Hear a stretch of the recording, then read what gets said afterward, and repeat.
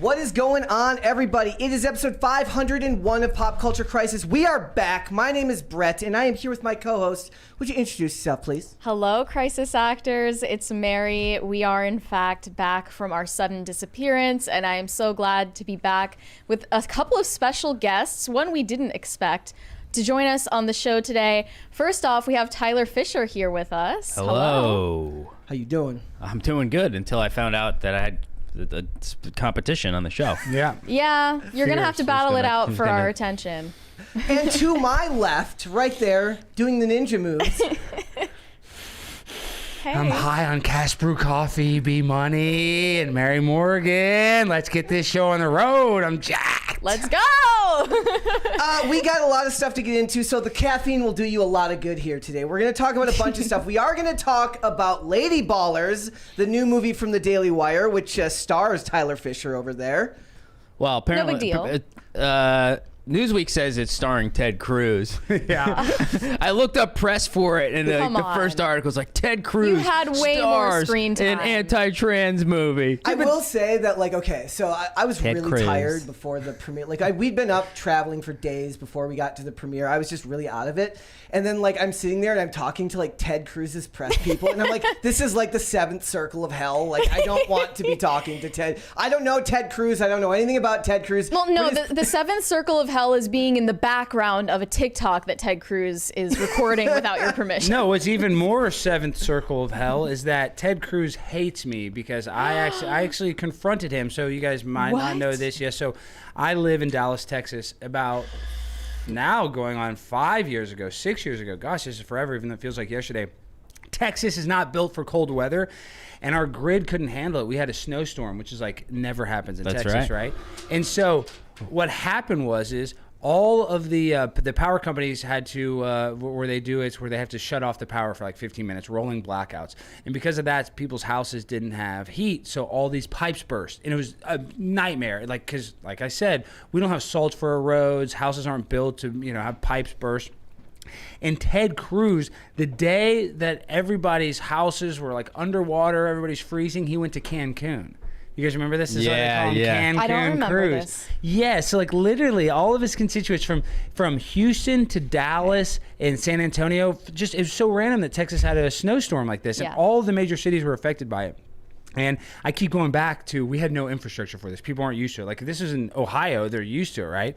They know how to handle it. Their pipes don't just burst. But it was so bad. So then he goes to Cancun. And I was so mad because my mom was in a condo, and her neighbors, her upstairs neighbors, their house bursted. Water all went in her apartment. So I had to go put my mom in a Holiday Inn for 7 days. It was $200 a day. I remember spending nearly $2,000 for a week. I mean, actually, we ended up getting okay because we filed an insurance claim. But at the time, I was like, God, there's a lot of money. I'm so mad. And this guy's going to freaking Cancun.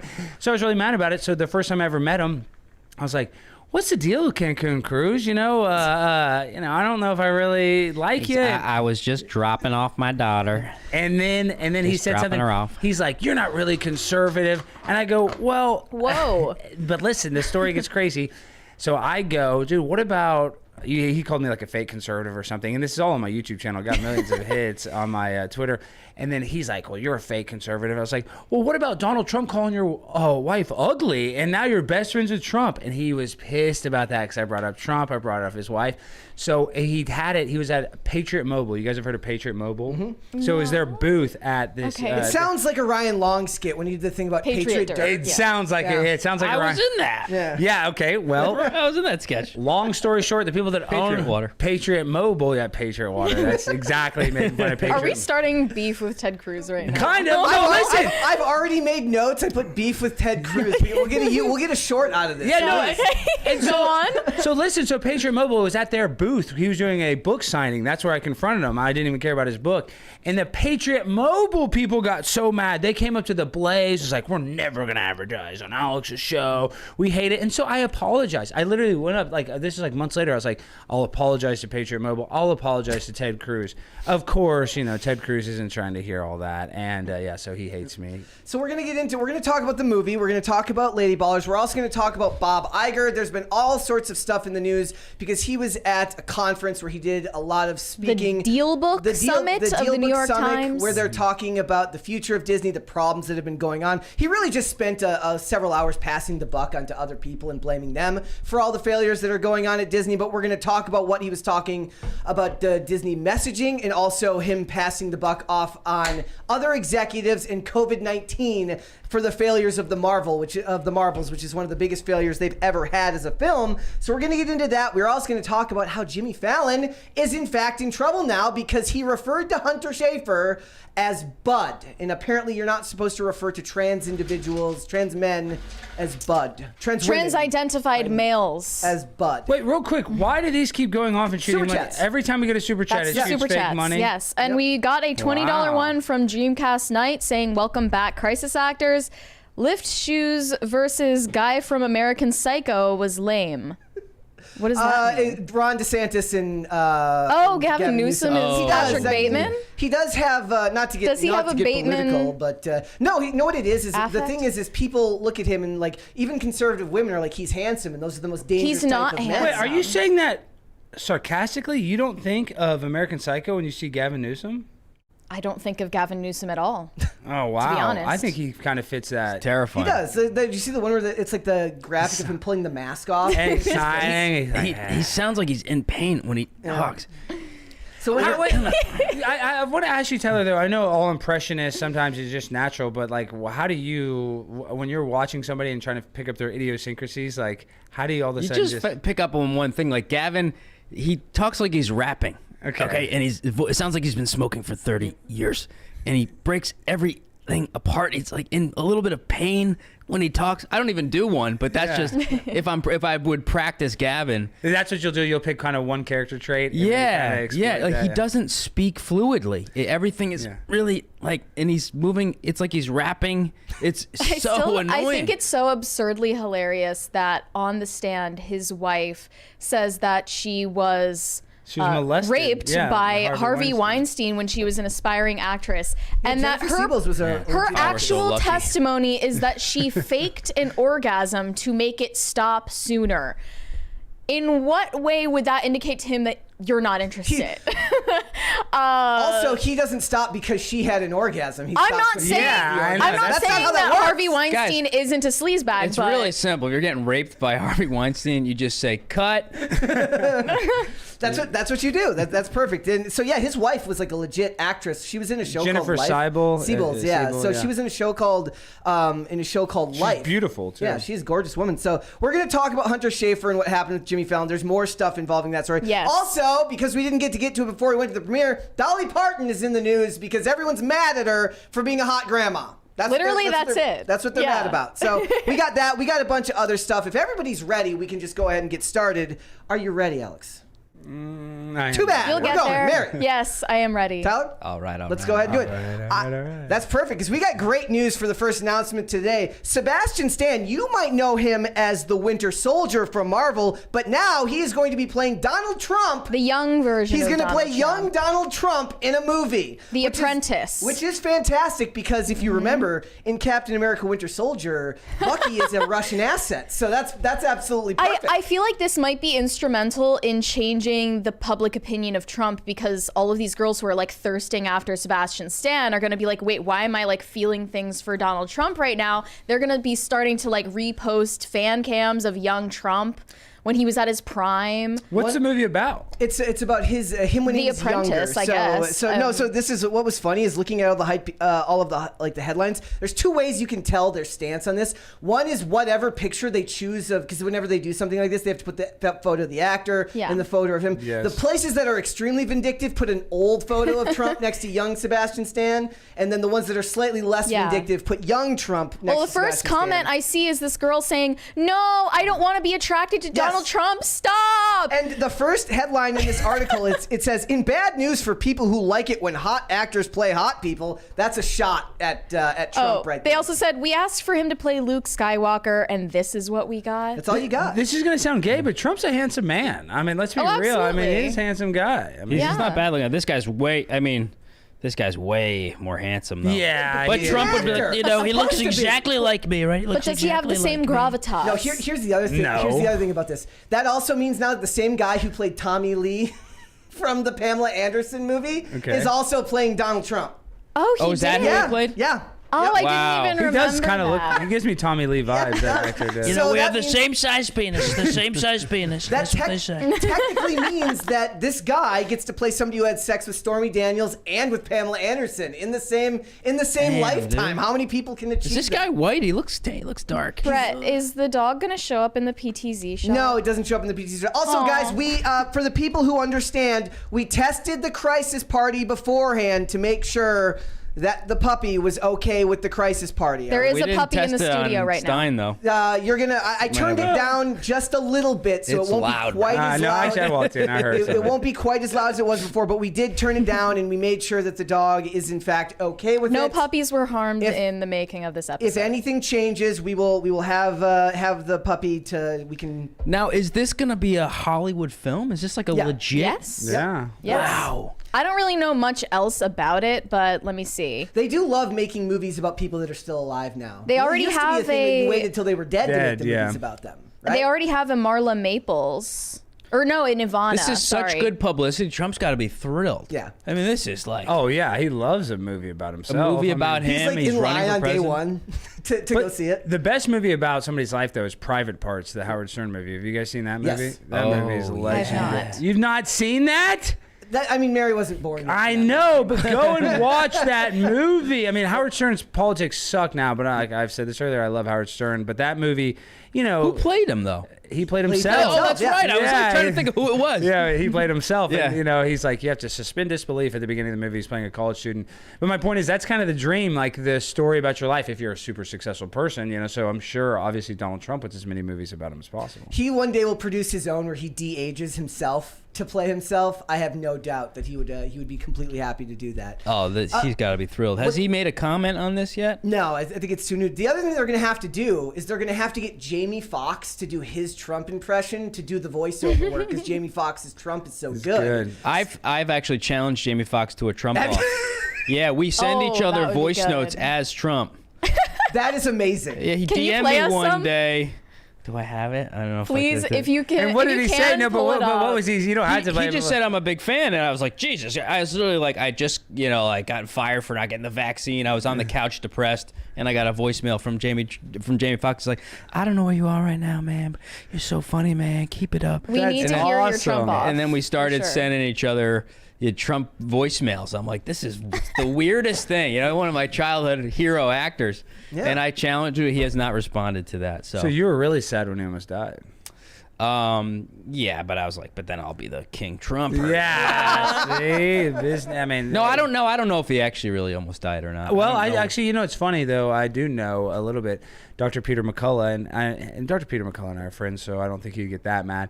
But he said no. I don't think it's that bad. Well, I mean, I don't be think mad. I don't think it'll be that bad. He just told me. I mean, he did. I don't think it was like a confidential thing. He's like, no, Jamie was really ill, and that. He didn't tell me exactly what he had, but he's like, no, Jamie was really bad shape. There's what he there's said. legal implications to being open about that stuff Yeah, because of all sure. he had movies in the works at that time and there's insurance Yeah. issues. Like he was off and out. Like I'm surprised even as much as what did come out actually came out. Right? Yeah, but that 'Cause just it's shows you been- how full of crap they were too. It's like, why not just be open and honest about what's going on? But I mean, I guess you're a Hollywood star. You want some sort of privacy, but still, it's like you have so many fans. We want to know what happened. Also, guys, I do want to remind everyone, please hit the like button on this video. We got so enthralled by the Ted Cruz story. Hit the earlier. like button. That helps in the algorithm so much. If you guys don't hit that like button, other people won't see it, especially while we're live. So, guys, there's over 600 people watching. Hit that button right now. We need 600 likes. And if you don't push that button, you're a coward. You got me? You're a coward. Afraid to push a little button, little baby back, bitch.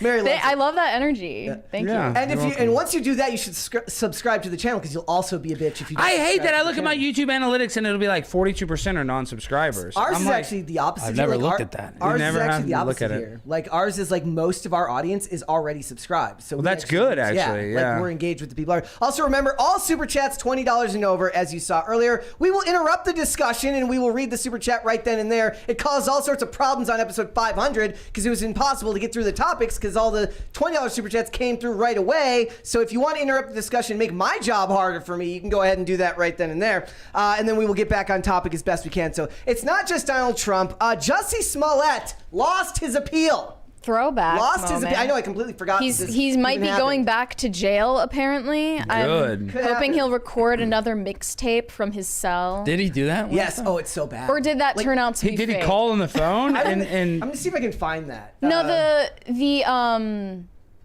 I think the R. Kelly mixtape was fake, but the mixtape that Jussie Smollett recorded in jail is real. Wait, so he could be in jail with the actual Subway guy, right? What's his name, Jared? Jared. Yeah, you could be there with Jared. Oh yeah, they also are releasing foot-long Subway cookies now. Do you see yeah, that? I saw that on Daily Mail. Yeah. The song has been Well, removed. how far we've fallen. He removed the song. He was so embarrassed by it, he took the song offline. Yeah, he's like, do you really think I'm stupid enough to fake a hate crime? Like, yes, I do. Oh, Yeah. what an Jussie. idiot. He just looks like such a douchebag too. If you look at a photo of him. He was in Mighty Ducks. He was in the original Mighty Ducks Yeah, movie. Yeah. But the best part of that story is that he put the noose around his neck, and it was still on his neck when the cops got there. Like Yeah. any normal human being would take the noose off your Take neck it off, yeah. immediately. Jussie Smollett 'Cause it was, like, is loose, one right? Yeah. thing. Let cops me like, so what am I see supposed that to Jussie. do with that? Yeah. But you can't underestimate the impact that had on society, where the media is getting mad. Oh, wait, this country's so racist, and it just who knows the impact that it Got a had. $20 one from AirTaz00. You know what? F you, Alex. Hits like button. There you go. I like Perfect. that. See, it works. No, but if you've noticed this, there's a lot of hate crimes that are perpetuated by the people that are getting hated on in the crime. Does that make sense? Like, there's a lot of like where they'll see, somebody spray paints the N-word, then they see the security tapes, and it was a black guy.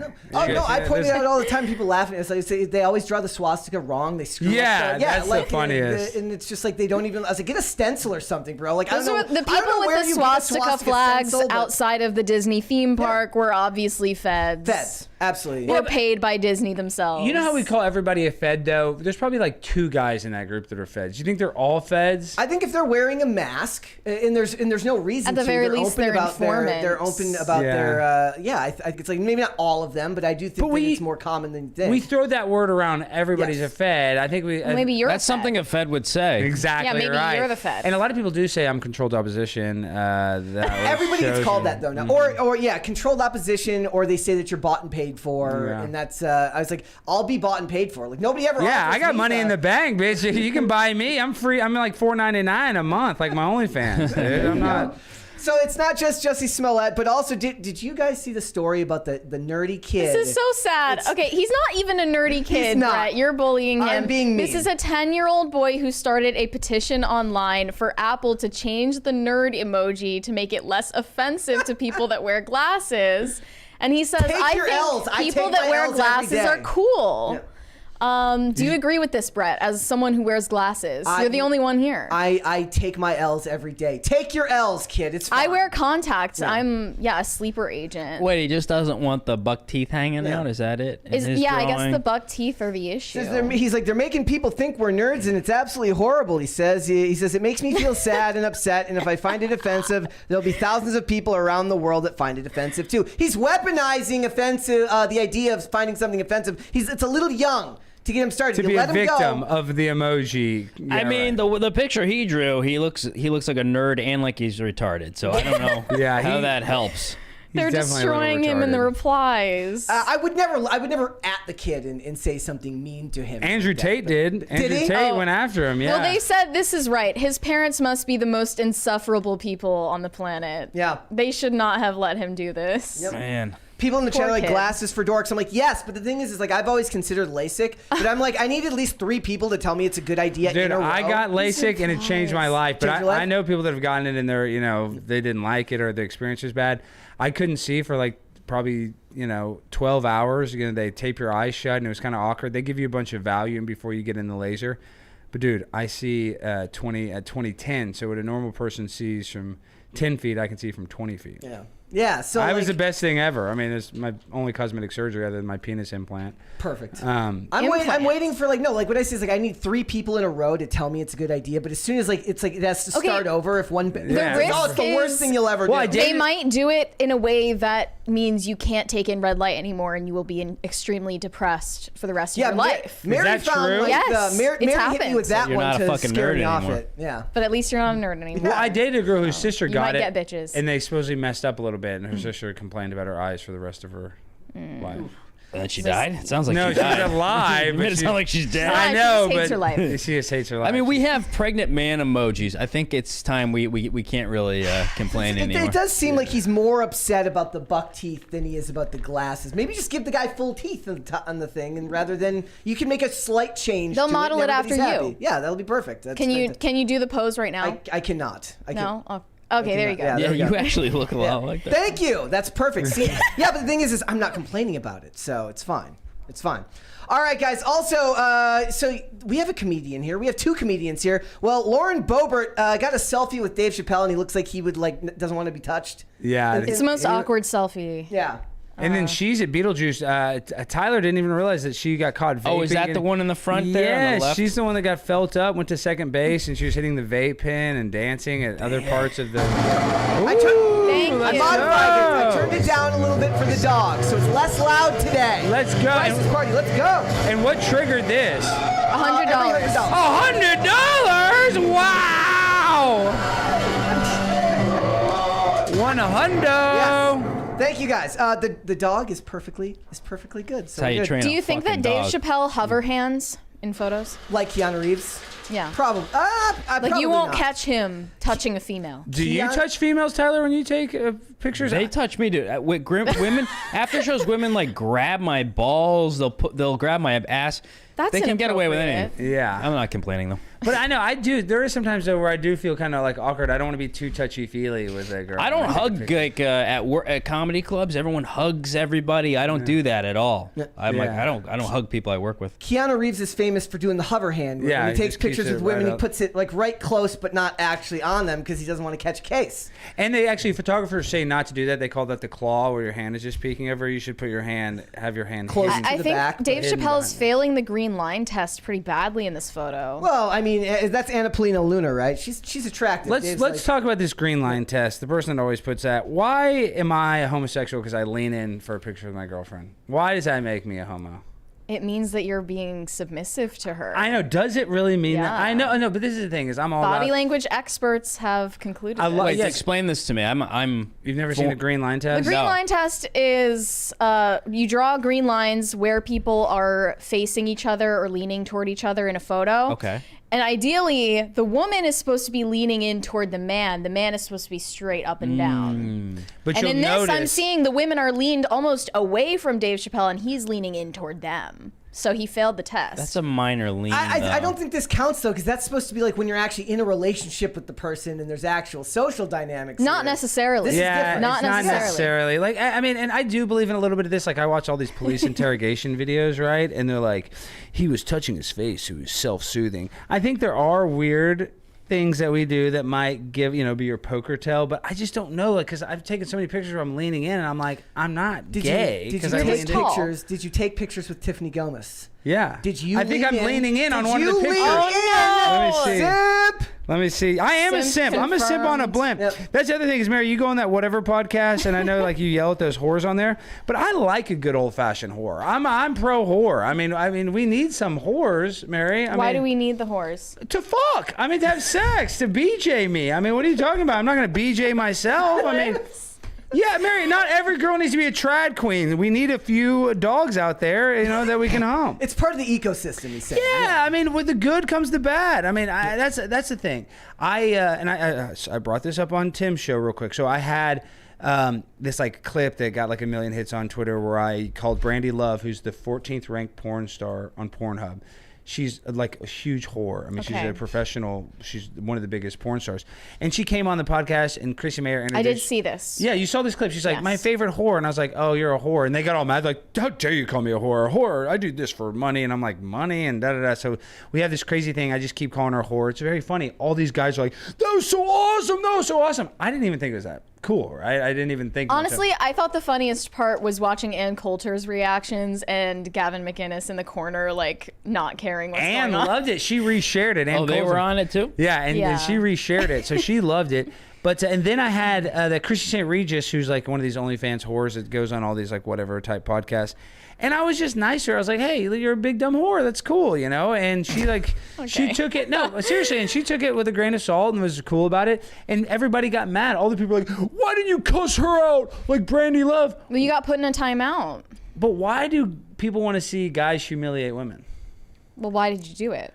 Because Brandy, people want to see it. The Brandy Love thing was just organic. They were calling her a whore. Then I called her. Your Honor, it was organic. That was the stabbing was organic. Because I called her a whore. She'd introduced herself as a whore. Then I called her a whore, and she got mad at that. So that's kind of why that. I didn't know that she introduced herself that way. That does change things. She introduced herself as the whore. You're loud and proud, and like take that label. It would be like telling, like they say, it would be like telling a woman like you're beautiful like Lizzo, and then they get mad because you. Or like Leslie Jones. Yes, or like Leslie Jones. Leslie Jones recently said that she has been coming across men who can't get hard when it's time to have sex with her. She said that? Yes, she says today's generation of men are weak and have erectile dysfunction. Oh my! It's a you problem. She's like, it's you, not me. She's like, it's not my fault. It's your fault that you can't get hard. Why would you ever admit this publicly, Leslie? She did a show at the Comedy Cellar, and I went on right after her. She talked about all the guys she fucked and this midget she used to fuck. And I went on and pretended to be the midget. And everybody loved that. Yeah. I was like, I didn't know she was gonna be here.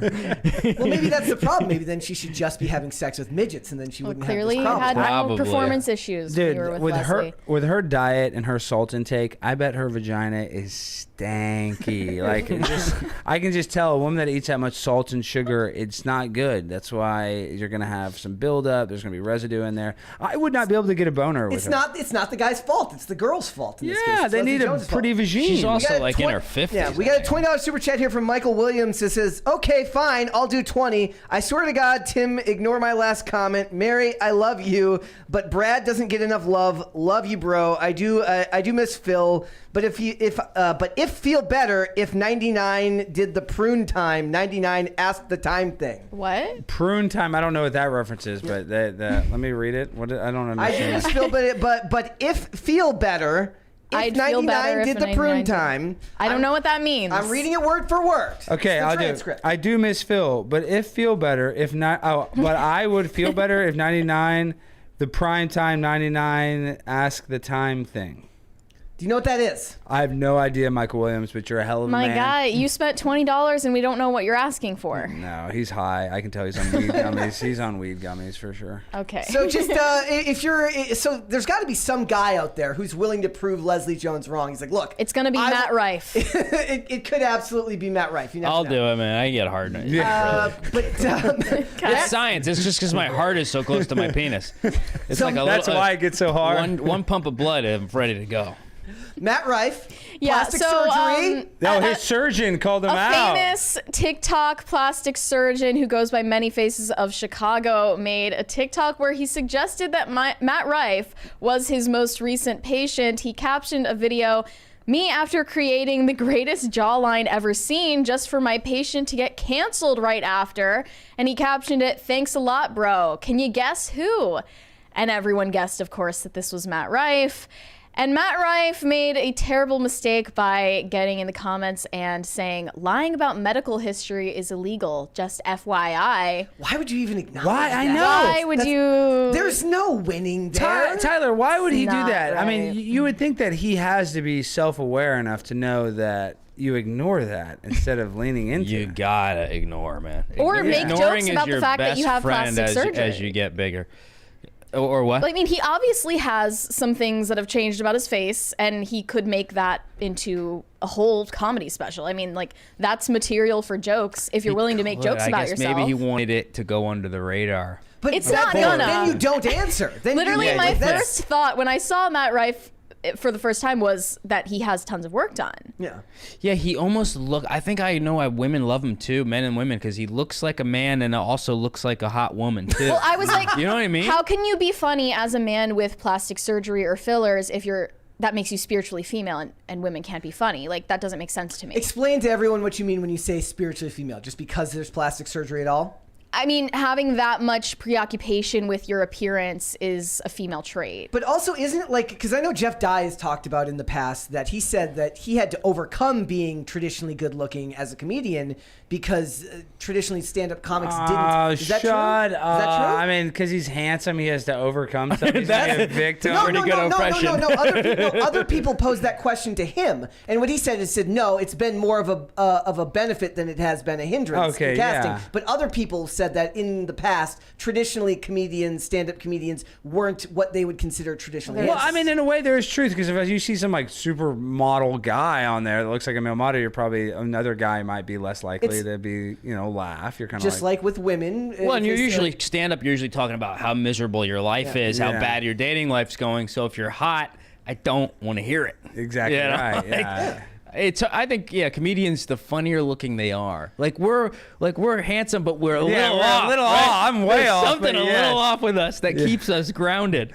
For sure, me. No, I'm way off. But the funniest comedians too are ugly, kind of. I mean, and that's what he's pointing like out. Louis C.K. is the greatest comedian. Chris Farley, Chris Adam Farley. Sandler's weird. They're all weird looking, man. Yeah. I just didn't find Matt Rife's big offensive joke to really be all that offensive or all that funny. What was it? It wasn't that bad at all. It was just like a domestic violence related joke. It was very tame. It was like this hostess at a restaurant had a black eye. Maybe they should put her in the kitchen. Chris Rock made more pointed domestic violence jokes. So he was talking about hitting women back in the 90s. It's part of an hour special. That's a throwaway. Yeah. That's like, you need a joke every 10 seconds. So you're gonna say some things that aren't as funny as others, but that press was great for him. Yep. Because I never would have even watched the special. And then I haven't, but I haven't watched either. But then he put the link to his special, that was brilliant. Well, yeah, to the special needs. Oh, that's what it was. Helmets. That's what and that's really funny. That's great. We got another $20 one here from Michael Williams. He says, "Excuse me, Alex, I'm drunk, not high. Do the prime time 99 all the time thing. Also, prime time 99 on the grind all the time, Mike. I did it for you, dog." Another $20 super chat. That's what that's Thank going you. to cost. He says, "Also, Brad did still not appreciate my love because he doesn't realize how his ankles look. Ian is a prophet." Assuming that Brad is me because they like to intentionally pronounce my name wrong. My ankles are fantastic, but you would have no knowledge of that because I wear long pants all the time. You're not on Feet Finders? No, I'm not. That was another thing that came up. We were talking yesterday because of Tiffany Gomez. And we were talking about how she brazenly put her feet in a photo like right away because she wanted to control the narrative. She knows where her bread is buttered. She's like, I'm going to get a pedicure first. And you think that was done on purpose? Maybe it just means that she's not super online. She doesn't know that you should. Yeah, I think that's what it is. Yeah, which is endearing. And she came on my show, and first of all, she's banned from American Airlines. But everybody tries to act. Wait, who is this? Tiffany Gomez, that motherfucker's not real girl. Oh. So she's like going, she's like doing now the media rounds. Could she take United or another airline? Yeah, she can. But she's not on the no-fly list. But she's banned from American Airlines. But she even revealed it on the show. People were like, what did you see? Everybody's like asking. And the other one is like, that's fake. She was a government plant. That was a CIA fake video. See, when you say like everyone's a Fed, that's when you start to get to the ridiculous level that we're at. Yeah, but she said that we were like, so what were you doing before the plane? She's like, I was in the AA Admiral's Lounge before. So she drank a bunch of wine. She's probably on Xanax. She didn't say that. I don't know that she was on that. I'm just saying a lot of people take that to fly. They're nervous. I think she was just kind of like drunk and... Yeah. And she just had a public freak out. Yeah, that was the everyone first thing. thinks they're gonna die before they get on a plane. We're in a weird state of mind. Getting on a People plane. at airports Do we? are weird. Do we all think No, so? I don't know. Subconsciously, probably. Pointing out, like I used to love flying, but I was also a huge drug addict back in the day. And when I got sober, I didn't like flying anymore. Yes, it's a Because you're like, this is crazy. It's not necessarily the plane. It's like the needing to be there at a certain time. It's not knowing how long the line is going to be. So your anxiety builds up over the time leading up till you get on the plane. But you are right though. There used to be something fun when I would drink and get all wasted. I used to love like having a beer at the airport. You know, that was so fun. You know, It was a different experience than it is now. I used to think I just loved the people watching. It was actually just because I was all effed up and didn't want to like fall asleep, so I'd be looking at other people. Now I realize it's not that interesting because I at least have some anxiety that is built up over the point of trying to get from the airport through the line. Yesterday was like that when we were trying to come back here. There was like 3 lines out of like 15 different things where you put your bags through. There's only 3 open, and like one of them shuts down. You got pre-check? Then you get molested by the TSA. I don't have, it's very traumatizing. You gotta get pre-check. I gotta get pre-check. It's do you have pre-check? Yeah. Yeah, I remember you said like you signed up for it and it went quicker than you thought it would be or something like that. I would get clear because now everyone's on to pre-check. Okay. yeah, I have clear. Skips you around pre-check. No, clear is good. But the other day I was flying in from Miami and I just jumped in the pool at the hotel before I left because my flight was at like 3, so I like went swimming. And and then I put on my bathing suit. Took off my bathing suit, put on my like boxers right after. So my boxers are kind of wet, and I went through security and it like went off like almost like I had a bomb. So they had to do a secondary search, and I should have requested a woman. Dude, the guy was like with the back of his hand like smacking my dick at the TSA. Like it was so fucked up. I've literally felt like I got molested. I'm not kidding. He's like, I'm sorry. I'm laughing at your. No, but you know how he like does your trauma. gut, and then he's like tapping. You know, he taps my penis like 3 times in the back of his hand. And then he's gonna think you're coming in your pants because you're all wet. I did come a little, but that was just I like to come. But no, those TSA, they have too much power. One guy put a shoe bomb in his foot, or whatever, in 9/11, and that was an inside job. Neither here nor there. But TSA's bullshit, dude. Every time I go to an airport and I'm sitting in line, I go, "Thanks, 9/11." That's I say. And that you saw the news report, CBS. They were able to sneak in all kinds of stuff. They did a test. Oh no! Yeah, it was like 9 out of 10 fail. They're able to sneak all kinds of stuff on the plane. The FBI does like yearly inspections, and they say that 9 out of 10 TSA agents fail the tests. Yeah. When they do that, so everyone feel better now that I've told you that when you go fly next. That, And then I met this pilot. You guys saw, I think it was LaGuardia or JFK the other day. It was a news story. This was this week that 2 planes almost collided on the landing. Oh, God. No, I don't know if you saw that. I saw that. Yeah, it was on the news. And so I was talking to this pilot. He's like, he recognized me, and he's like from New York. He was actually a really nice guy. I followed him on Instagram. I go, dude, what the hell? You fly into JFK all the time? Did you guys almost collide? Because it was his airline. I think it was American or Delta. I forget which one it was. But he's like, no, we have sensors on the plane, so that's why the pilots knew. Like, they're probably not going to ever collide because the sensors would. Yeah. But still, I mean, that's just kind of scary. The plane basically flies itself now, right? And that's what I said to him. I go, I know you press 3 buttons, take off, cruise and land. well, and you know how I know that? If you guys look, gosh, I watch the weirdest stuff on YouTube, police interrogation videos, and like people, the newest private jet, the newest Yeah, I watch all that. I love that. And now they have auto throttle. Literally, you go in there, the pilot puts all the coordinates in, so you have to do some stuff, right? You got to put in this, But the guy has auto throttle. They literally press a button and it takes off, and they press a button to land it. So basically, you go through all the work to get the job, and then it's smooth sailing from there. We got a $20 super chat here from the Ninja Bear. Says, shout out to Mary for being on the Lady Ballers poster. Gotta ask, when you were playing the basketball, did you do your own stunts? LOL. Well, this is lol. Also, Dane Cook is a handsome guy, and I find him funny. Yes, you they see, did. he married a 19-year-old. Yes, he did. They modeled the basketball on the Lady Ballers poster after me, which is why my hair basically blended in. Just Are you going to get royalties on that one? That's what I want to know. Yeah, I'm wondering when to expect the checks. You're going to have to do that. Do you guys, Dane Cook, funny or not? Was he funny in his prime? Yeah. Oh, God, yeah. I think he, he became like the comedian version of Creed or Nickelback, where you were just told to hate him. Kind of, but dude, I never hated him. Yeah, I didn't understand why I had to, and then the more I find out about it, he was accused of stealing jokes.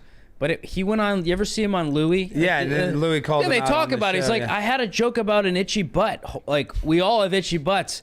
So now I don't even believe that he stole jokes. Maybe he did. I don't know. No, I don't think he did. Every comedian been accused of that. At one I get point. accused all the time. This is the thing is, you know, that some jokes are just hack. Like they're almost like public domain. I can't even just think of a joke right now. But so like they'll call you a joke thief. Airport stuff. I have airplane jokes. Yeah, so there's just some stuff, and there is a lot of parallel thinking. But with Dane Cook, I think the reason they hate him is because he got so successful. He was the first internet with the MySpace, dude. He was able to sell out the Garden in Boston with a MySpace following. So I just think there's a lot of jealousy, because even if you go listen to these old clips on Opie and Anthony, where Patrice O'Neal was like the comics comic. Everybody respected him, and he respected Dane. He would talk when Dane was going through a bunch of stuff about joke stealing, this and that. He was on the show. He's like, y'all don't know how hard Dane works. Y'all don't know da da da da. So I think Dane would be famous on his own. He had beef with Joe Rogan, and then Joe Rogan had him on his podcast, and I think it was Too Lazy to Try, which is one of the best YouTube channels on YouTube.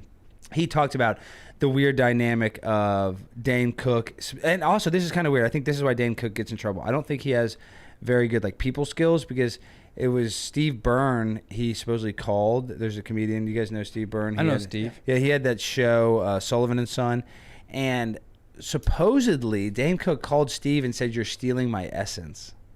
You guys never heard this? No. No, and Steve Byrne tells a story that Dane Cook called him, and it's like, "Yeah, you're not stealing my jokes, but you've stolen my essence."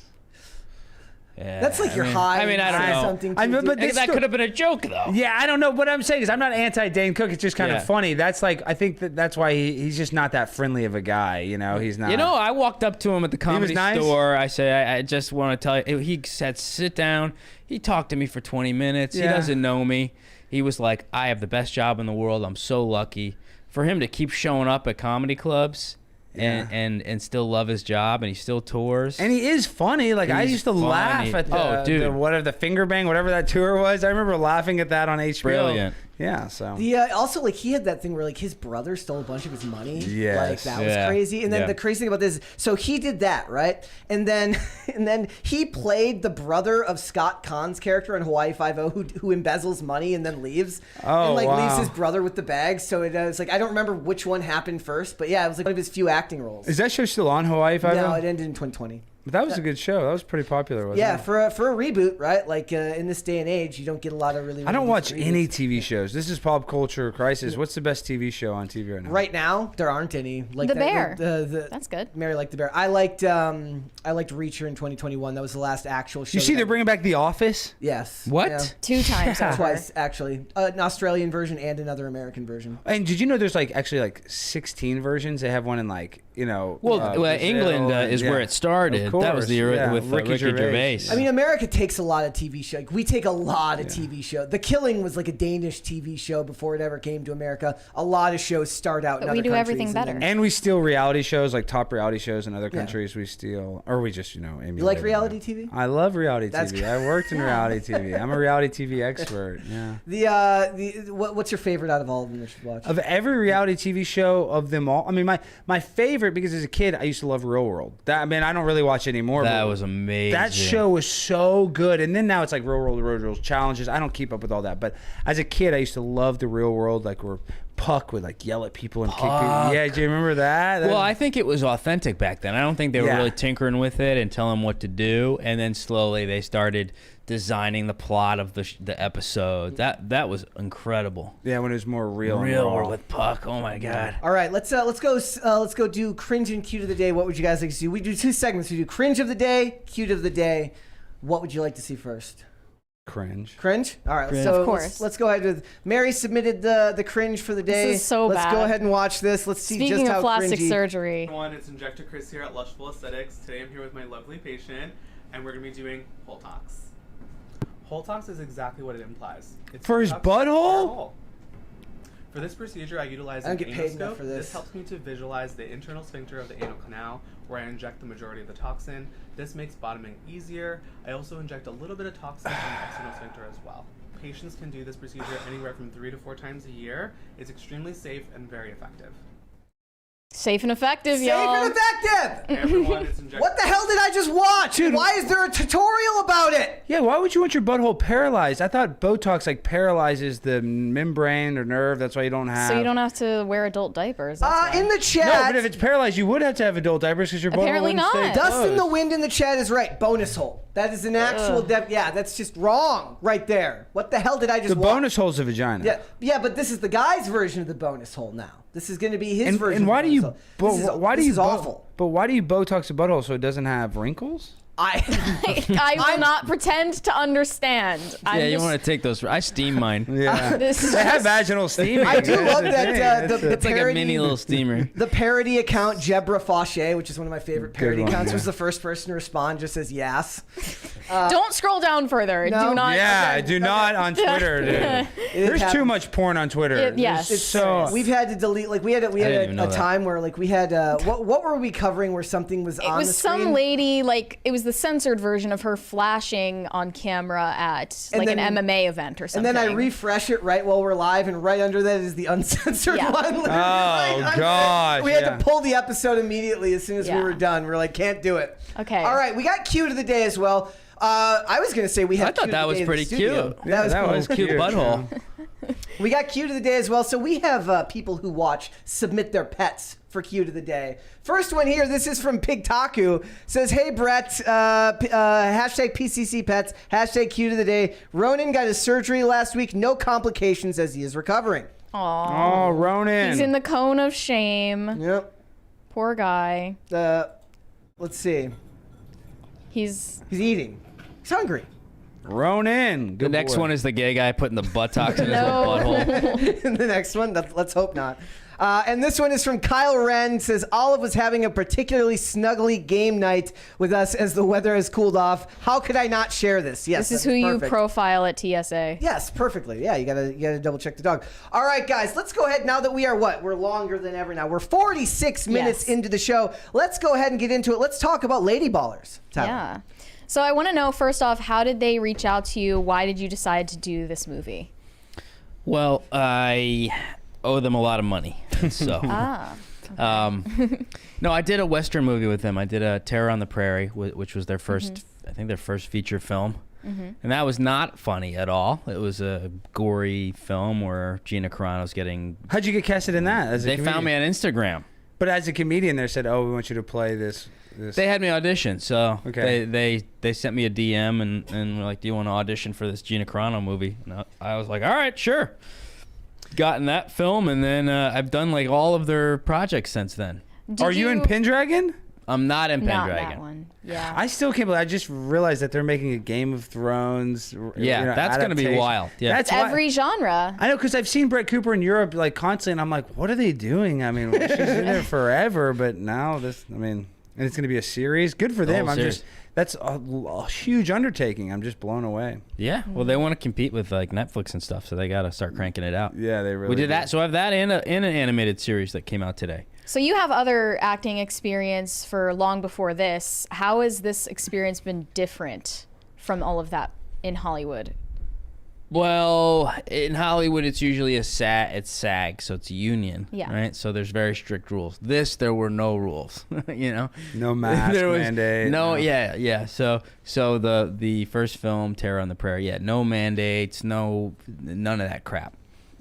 So that was great. And then they're also hiring people based on who they like and talent, and they're not doing the whole diversity, race, and gender. And I know. Are there any black people in this movie? Of course not. No, there are. Yeah, Okay, yeah, good. Yeah. there Plenty. There are. Well, I'm so anti-affirmative action. I've been a victim of it too, but I still do think that it's not bad to represent different. Like, I don't know how to explain it, but when a movie is all white people, it's kind of annoying. You know, you do need a little speck of pepper. Well, in there. unless that's who the best actors. Yeah, were. I mean, if it's like a Viking Nordic people, I get why they should all be white. But like in a real life scenario, yeah, I'm happy they're throwing an Asian One of the guy in there reasons every they once get in a so mad about that stuff is you never hear those complaints when Denzel Washington is cast, because Denzel Washington is an amazing actor. He's a good right? actor. So a lot of times what it is they feel like other people were overlooked for something where they're wondering, why is this guy so special in lieu of somebody who's more talented? You're never going to hear that. You're not going to hear it for Samuel L. Jackson. You're not going to hear it for him. You might hear it for for Will Smith now, just because everybody's so mad at Will Smith these days and they feel so bad for him. But I want to talk to you about comedy, because one of the things we were talking about is the fact that in Hollywood, and he kind of Jeremy kind of mentioned this when they were talking about last night, is comedy in a lot of ways died after a certain period of time in Hollywood. I know that Todd Phillips, who directed the movie Joker and Hangover, and Hangover, said that one of the reasons he went on to make a movie like Joker was because he just couldn't make the comedies that he wanted to make now, because Hollywood just isn't going to allow it. Do you think that that is something that can be solved in our lifetime? Like, is that something that we're going to be able to fix culturally? Because that's what they're talking about with these movies, is we want to change the culture. We want to push back. Will making a movie like this from the Daily Wire force, because one of the best things you could do is create competition. Yeah. If you start making movies that inspire people to do things as well, you can hopefully help them get out of their comfort zone. Yeah, it's definitely a good start, because if this does really well, and it will, but there's so many things that Hollywood has to reverse now, because they came out and said it. You need a certain amount of X, Y, and Z to get, get an Oscar now. Yeah. I mean, they have to roll back on a lot of things that they doubled down on, because to make a good comedy, you can't have any rules. You can't have any rules about jokes or who you offend or what you do. So they're gonna have to grow a big pair, and if they don't, then it's up for grabs. Anybody, me and Stein can make a movie, next month and put it on YouTube, and it can get 1 billion views just because there's no other comedy movies. Part of that, I suppose, is also the distribution methods have changed. Like,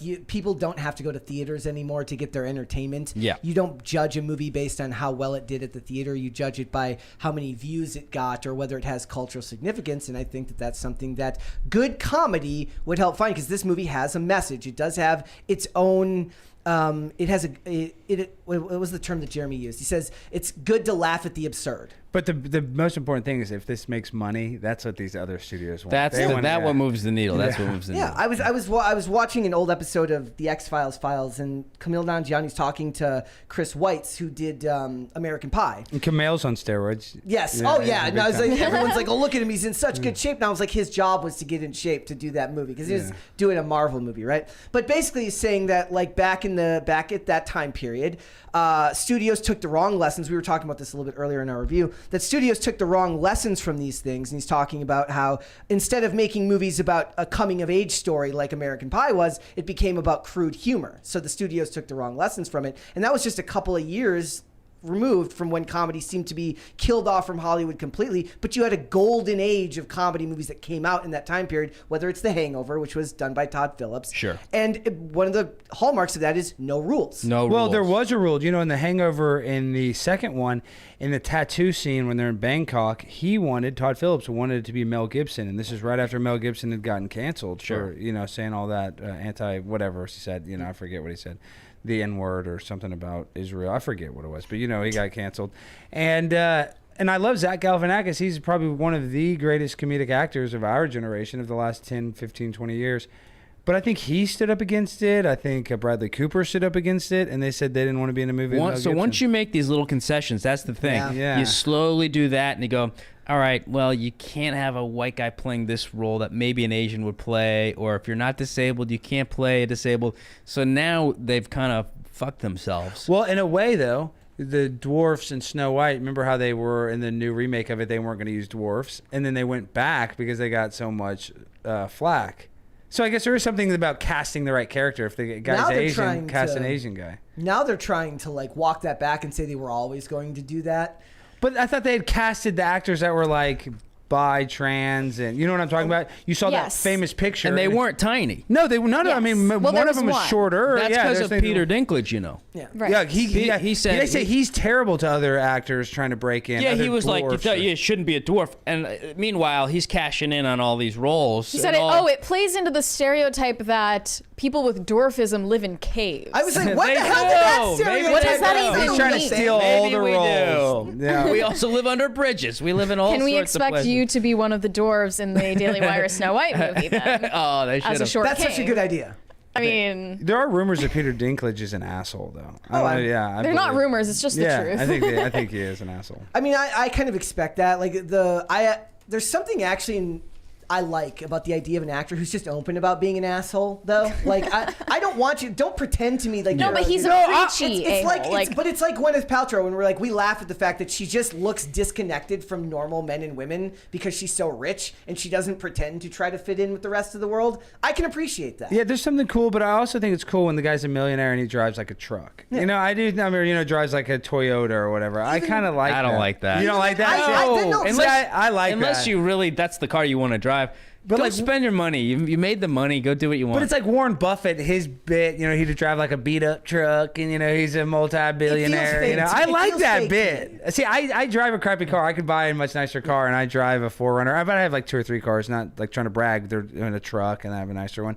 But my point is, I do think, I guess this is why I'm like this. I'm anti-materialism. I mean, I know you see, because I'm wearing like a jacket. Yeah, but the amount of money it takes to even do this, or it's wherever you want to. Yeah, whatever you want to spend your money on. Yeah, you want to buy a fancy watch or car. Yes, you're holding cash. It's just that I really. This is what I think of money. It's pointless, worthless, all fake.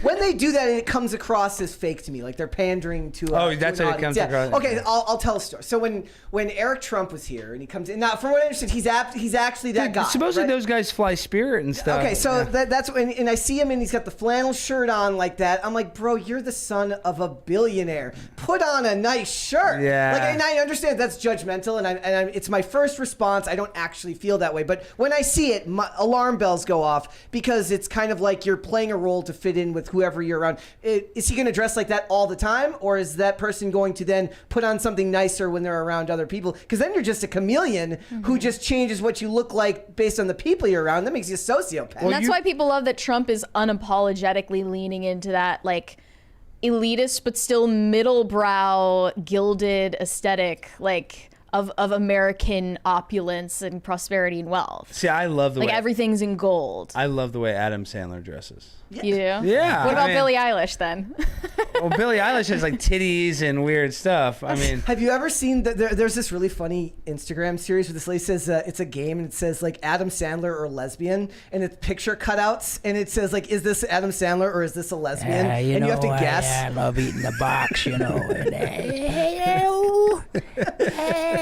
So you got to figure out which one it is. You got to figure out, are you looking at Adam Sandler or are you looking at a lesbian? He's wearing size XXX basketball shorts everywhere. Actually, that's a movie that I liked in the last couple of years. He had a movie called Hustle on Netflix where he plays a basketball coach that's really, really good. I didn't see that one. Was it good? Yeah, no, he was a scout for I forget the team he played for. It was one they actually used in Uncut Gems, dude. I couldn't even finish that movie. It was so intense. Yeah, it was like racing. fantastic. No, it was great. I mean, I ended up having to watch it, but it took me 2 times. Yeah, no, it was really See, good. SNL used to hire comedians that could also be incredible actors. Yeah. And nowadays, I couldn't imagine any of these fucking. It wasn't Eric, right? It was Don Jr. I was thinking of earlier. I think it was somebody said Eric Trump. Sure. I think it was Don Jr. It was one of them. But the point is, but even Eric, I'm not sure. Laura, his wife, is really down to earth. I don't know. They do seem like they're a little down to earth. Not We're trying also, to, like, I mean, you're in the middle of the woods. If he throws a flannel on it, yeah. it's kind of fitting. that makes sense. so yeah, like I would like to see. What would you like to see the Daily Wire do next as far as genre? Like so they've done Terror on the Prairie, which is a Western. They've done the Hyperions wasn't really theirs, right? They bought the Hyperions. They bought that one. So like, what genre would you guys like to see them do next? Well, now if I was like had a meeting with Jeremy, you need to do like a Big Brother Survivor-esque reality show because it'd be so cheap to do, and I don't know, you'd have like conservatives versus liberals on there or something, some gimmick. I just think that reality TV should, not that they got to do it but that's the only medium I don't think they've done yet. Because I was just on a show. I say a show. I'm friends with the guy. You guys know Sam Hyde, and Sam Hyde's a badass. He did his own. He did his own Fish Tank reality show, and season 2 is about to come out, and I'm going to go on that. But I think there's just something so, and it is like voyeuristic and weird, but there is something cool about like just putting strangers in a house and making them interact with each other. Yeah. What would you like to see them do next? I think they should just let me make my own movie. Yeah. I think my genre, that genre. So you have a screenplay already. Yeah, I have a couple ideas for movies. Would you want to make a comedy or a dramedy or what kind of? I mean, I would love to do a George Carlin biopic, play Yeah, George that would be Carlin, sick. and go through his whole aging process. That would be incredible. Because I think he's very relevant right now. Yeah. He'd I be have a to get good the one rights too to it. because he's a good middle ground. Like he's a good Yeah. example of what it used to be when somebody was just anti-establishment Yeah. and didn't Not political, not overtly criticized political. both sides Yeah. of the aisle very, very well. And doing a film like that would be hard to get right, I think, because I think especially if you're a political company or if you're a company that's got its start in politics, you're going to feel a little bit of an itch to lean it into, you don't even have to do it consciously. Just by what aspects of his career or bits you choose to show can lean it That's why towards you your- give me the money to go make the movie, and then I bring you the movie. Can you tell us a little bit about Mr. Bertram? Bertram, it looks fantastic. That's Adam Carolla. He's starring in. Well, I meant to ask you this earlier. Are they having guys in China draw it all? Because No, they're doing it in Spain. It's fantastic. They are doing. So in Spain, they're drawing it. Yeah, they're all in Spain. People don't realize how hard that is. Unbelievably hard. They have to draw every scene Yep. by hand, and a lot. Usually people in like Korea or Japan or China, and so they can because it's just. It looks like Family Guy or King of the Hill. It looks incredible. So Adam Carolla plays a woodshop teacher in this kind of woke new middle school, and I play the Jedi officer, justice, equity, diversity, inclusion officer. So I'm just this douchebag in a man bun going around enforcing all of these things on the teachers and kids. It looks really funny. It looks really funny. I think the trailer will be out Monday. I tried to have them send it to me. I was like, hey, I could play it on Well, we don't know Tim if Pool we're right now. And they didn't have it ready for you. They said no. We don't know if we're allowed to do that. No, so. they asked us to hold off on the review until later tonight. We got that coming out tonight at 8 p.m. Our review for Lady Ballers will be up for tonight. Wait, is that when it comes out? slow down. You guys went and saw it 2 days ago, I believe, right? Yes. Yeah. And they told you to wait to put out your review. Don't you just? That's not.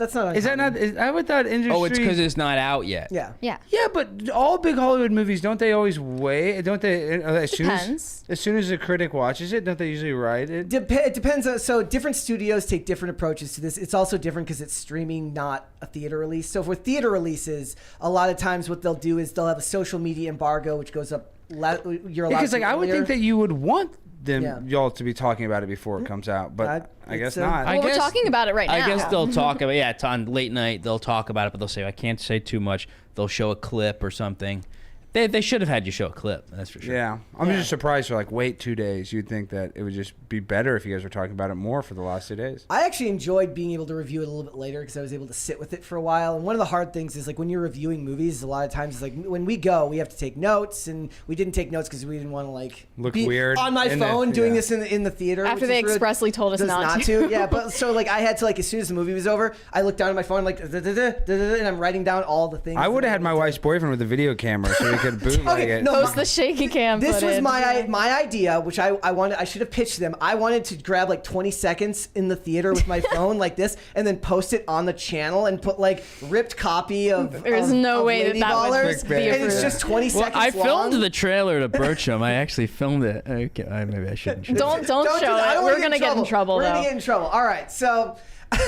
I think what they should do next. I like one of the other examples. Somebody said they should make a Christmas movie because you don't see a lot of really good Christmas movies. Yeah, that'd be these good. days. Yeah, Hallmark has they kind of have the. They have it on a chokehold, but Yeah. Well, that- Great American Family is also making Christmas movies. So Yeah. in a way that's kind of that's what it covered. is. Isn't Great American Family Hallmark now? Yes. Well, Yeah. another the people thing- who did an exodus from Hallmark Hallmark. when they went woke. Yeah. So, all right. So let's go ahead. I think everyone should go check out Ballers. We got a review coming up later, but it's going to be available on the Daily Wire tonight at 8 p.m., I believe. Yes, Eastern 8 p.m. Standard Time. Eastern. So, all right, let's go ahead and get started then. Now that we're, an hour in, let's go ahead and talk about Disney for a little bit, shall we? Yes. I want to talk about Bob Iger because there was a large conference in which he spoke at length about the many problems Disney is going through. Disney has been in the news a bunch because they pulled advertising from X. So Elon Musk, which is a lot more political, a lot of people here will have a lot more understanding of what's going on there. But he also said, very plainly, he acknowledged that his company has been too focused on the messaging of the movies and not enough on the movies themselves. Yes, he which says is accurate. creators lost sight of what their number one objective needed to be. We have to entertain first. It's not about messages. Wouldn't have expected him to say that. It's really funny because it's one of those things where when you hear somebody say that, everybody who's been paying attention at all for the last several years says, duh. But like hearing it out of the CEO's mouth is funny because he basically in this interview, because he's the guy in charge, normally when you're the guy in charge, what you're supposed to believe, at least what they used to say, was like the buck stops with you, right? That's not what he does here. He pushes the blame off on literally He blames Bob Chapek, for instance. Who was the old CEO. He blames COVID. He blames Elon literally Musk everything. tell him to fuck off or something? Yes. He said, go F yourself, tell that to Bob. And Bob is probably in the room when he said that. He's such a sweet guy, though. It's hard for him to sound well, that's why it was so awkward. He'd be I killed your mother. It's the hand motions that he's doing when he does it. He says that creators at Disney have lost sight of what their job should be. Entertain first. It's not about messages. That's accurate, and we should actually be focusing on doing that. But it's fine if there's a message, but you don't hit it over the head. Yeah. You know, you don't say, this is what I believe. You hide it within the story. And that's what every good movie does. Well, unless the message is something insidious, like pushing gender ideology on kids. Like those are the messages that they've been pushing. Right. The Then they used to be able to put those things into movies in a much more deft fashion than they do now, right? Well, we talked about earlier. There's like Joanna Man, which is about a guy transitioning to play a girl. Like there have been kind of these story tropes in the past. So like what they need to do is white chicks too, or if they did black chicks. I dare them. That'd be great. I dare them. Daily Wire. We did black chicks. We dress them like black. That would talk about a viral clip. Well, why don't we just make a trailer and pretend? That's what I'm saying. We just did a trailer. We just put the trailer out. And we just dressed up like black chicks. Because nowadays you can believe anything. So I just put up the Wayans brothers would go nuts if they saw that trailer. The Wayans brothers are woke now as well. Well, and they're actually pretty talented, but they got ripped off on the Scary Movie franchise. It was basically taken away from them. Well, I recently saw that Marlon Wayans is doing a whole new comedy special called Rainbow Child, where he's talking about how his daughter came out as a trans male. Oh God. And how he's so out of touch. He's learning to do all the pronouns right and everything. And I'm like, I actually really want to watch that to hate it. You know? I really hate watch that. So this is what he says. So Iger's prioritization of messaging over storytelling peaked while he was gone in 2022. Again, there's what I said, passing the buck. Alluding to the 11 months he spent off the job as Disney's executive chairman, Iger has been in charge of creative endeavors in 2020 and 2021, even while Chapek ran as the company as CEO. He says, quote, "We have entertained with values and with having a positive impact on the world in many different ways. Black Panther is a great example of that." Right, because everyone hated black people before you put out Black Panther. So, well, that's one of the worst things about actors is when they come on stage after they do these premieres and they start talking about the deep impact that their movie has on society. I'm like, bro. It's a Hollywood movie. It's a big budget, multi-million-dollar piece of corporate art. It's not that deep. I actually like it. So we had this conversation recently because Rachel Zegler, who has all her own problems, got in trouble because she wanted to take a role, and then Jacob Elordi basically said, like, I needed a job, they gave me a job. I would rather they say that than pretend like the stuff they are saying, like all the movies that they're making have these great deep meanings, because it's not the Daily Wire, which is a corporation itself. These are massive Fortune 500 companies with more executives, more layers of protection, more decisions get made by more people for every day. Like, I don't need you to lie to me about why you make these movies. Just make a good movie. But they're not willing to do that. So he says, I like being able to entertain. If you can infuse it with a positive message and have a good impact on the world, fantastic. But that should not be the objective. When I came back, what I really tried to do was return to our roots. So he's acting like he was never part of the problem. He's lying. So one of Disney's most hated movies, granted it's a Lucasfilm property, is Rise of Skywalker, and more importantly, The Last Jedi from Rian Johnson. He was still in charge of Disney at that time. Kathleen Kennedy might have been in charge of Lucasfilm, but there was a bunch. Mulan, everybody hated the live action Mulan because they did a bunch of characters dirty, plus all the stuff going on in China, which was a big issue at the time because they filmed near concentration camps in the Shenzhen province of China, right? So that was a big deal. And they stopped making Szechuan sauce at McDonald's. And there you go. Yeah. Mulan, that was a limited LTO, limited time offer. It was one of their most delicious sauces. Sauces was a product collaboration with the movie Mulan. Do you guys remember that? I didn't know that. And they got rid of it? They got rid of it. No. You guys never had the Szechuan sauce at McDonald's? I did not. Well, Why did they get rid of it? For his racist or something? well, it was just it was a limited time. Deal. I saw that guy like on the counter at the McDonald's freaking out, like, I want my Szechuan sauce. Well, that's from Rick That and was- Morty brought it back, and they brought it back. But that really was a Didn't delicious that guy sauce. get canceled? The Rick and Morty? Yeah. I auditioned to replace him. Oh, Oh really? wow, because your voice is that. I did, but I thought I fucking nailed it. I didn't get it.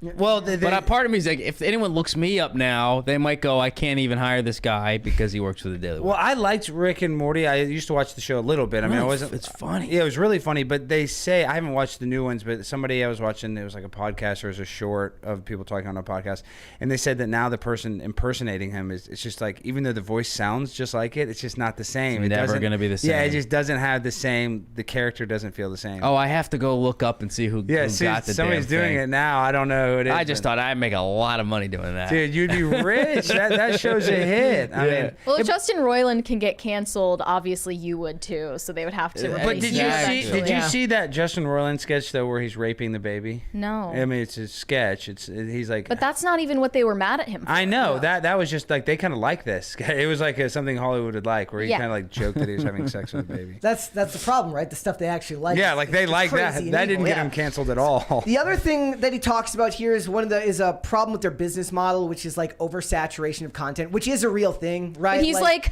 we've made too many sequels, but we also are going to be making a lot more sequels. Yeah. Like, he doesn't know what to say. Well, he said that basically specifically to Disney Plus and in the streaming service Yeah. era now, like they're all money pits. They lose everyone millions and millions and millions of dollars. The movies on the streaming The service? streaming services lose them hundreds of millions of dollars because there's only so many people willing to pay money for a streaming service, and many of them have capped out on the size of their growth. Yeah, because I was surprised that Disney Plus or whatever it's called when it came out. Well, I mean, I know Disney's one of the biggest companies, but I was like, do people just want to pay $20 a month so they can watch Lion King? You know, or I mean, They also own like so many other companies now, so it's not just Disney. They own 20th Century Fox. so you get all those movies get all- Marvel, too. Star Okay, see, Wars, I don't- and they just bought Hulu, so everything that's on Pixar. Hulu Oh, now you belongs get to everything on them. Hulu. And Pixar. Okay. Well, that's the sad one because Hulu's the only streaming service that I actually really, really like, and because they owned like 60% of it before, and now they bought the rest of it. I don't even have Hulu or Netflix anymore. I just I watch, stopped watching all of it. I watch straight internet. When these companies went woke, I said, I'm not giving them money. I don't watch comedy specials on there anymore. So they said that. They also said that there's been no focus on profits. It's like as opposed to message, right? And that's true, right? For a long time, once he took over, once Bob Chapek took over, it seemed like he was getting bullied by the people that worked under him, who were more focused on the message. Because Bob Chapek was a theme park guy before. Well, didn't Reimagine Tomorrow, that 2020, conference that Christopher Rufo leaked, happen under Bob Chapek? that would have been Or under was that Iger? under I Iger? believe that would have been under Iger before he went out. So clearly he wasn't keeping the company in check. No.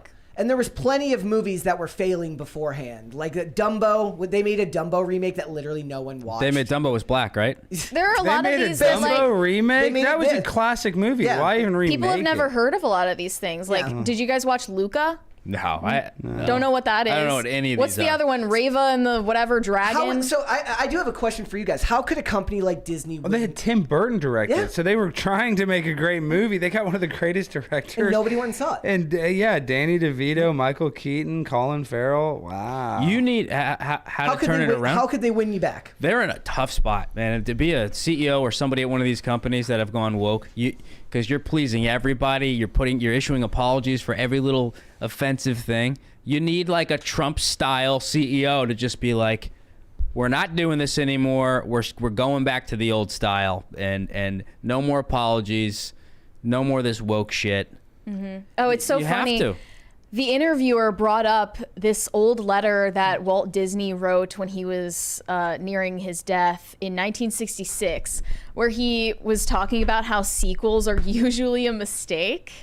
And we're not going to make that same mistake with Snow White. That was an actual Wow. quote from the letter that he wrote. So he's clearly turning in his grave right now. Walt said that. We'll He never actually remake said, it. he said, we're not going to make that same mistake with Snow White. And now they are making that mistake and they're proud of it. But it's not technically a sequel, right? They're just Well, I mean, same difference as far as Walt Disney is concerned. Yeah.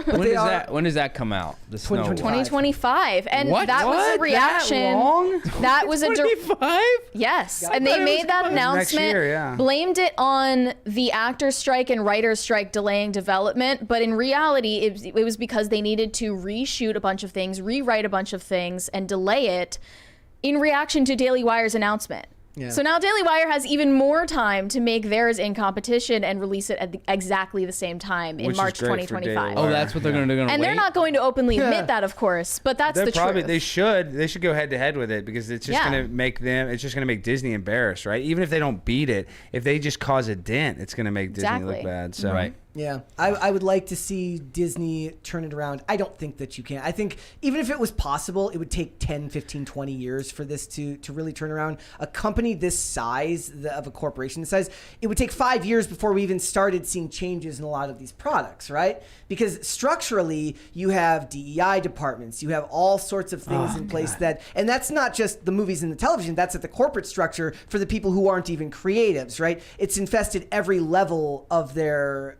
corporation. There's a leaked video, or not even leaked, it was a podcast where she was like, I'm putting my, not so secret gay agenda in everything, and they don't question me. I'm like, get her out. Yeah. Get She's all these probably people still out. in. Yeah. And honestly, like No, that was the lady who that was the Reimagine Was it Victoria Tomorrow. Alonso? No, that was the lady from Reimagine Tomorrow who has since left the company. Yeah, but this is what I don't understand. Listen, I believe a pride flag should exist. They're great outside of a gay bar. I don't. Well, okay, but I'm just saying it can exist. No, I'm kidding. Well, I know you're being sarcastic, but I'm saying I get like why there is an application. What does the rainbow flag symbolize? There's no difference between a straight man and a homosexual other than their sexual preference, right? So this flag is celebrating sexual preference. That's what the flag celebrates, correct? Would you guys agree? I think that to Not them, anymore. No, to them. I guess not anymore, but that's what it originally, that's what it was, because lesbians would wear a rainbow pin so they knew other lesbians to hit on. That's supposedly like kind of... I don't think we need it anymore. Well, this is my point is, I don't think that we need a flag that celebrates your... Who you have sex with. Yes, exactly right. To them, that's not what it represents. In a classroom. To them, what it represents is defiance of the traditional American values. Now and it's pride kind of in a the face. F you. Yes, Yeah. that's what it always. To me, that's what it always was. Was it was like, look. See, I didn't think it was as sinister when it first came out. No, not when it first came out. No, but what I'm saying is like people see it as society tells me this is wrong. I am not going to be ashamed of who I am, and it has since been co-opted. Thank you. There we go. Yeah, $20 super chat. We'll wait until afterwards. Money. Thank you guys. Chris Noski. Thank you. Chris Noski says, Brett, you should make a short film on where you realize your love for Mocha. It would do really well, I'm sure. Hashtag justice for Mocha. There will be no justice for the derpy cat.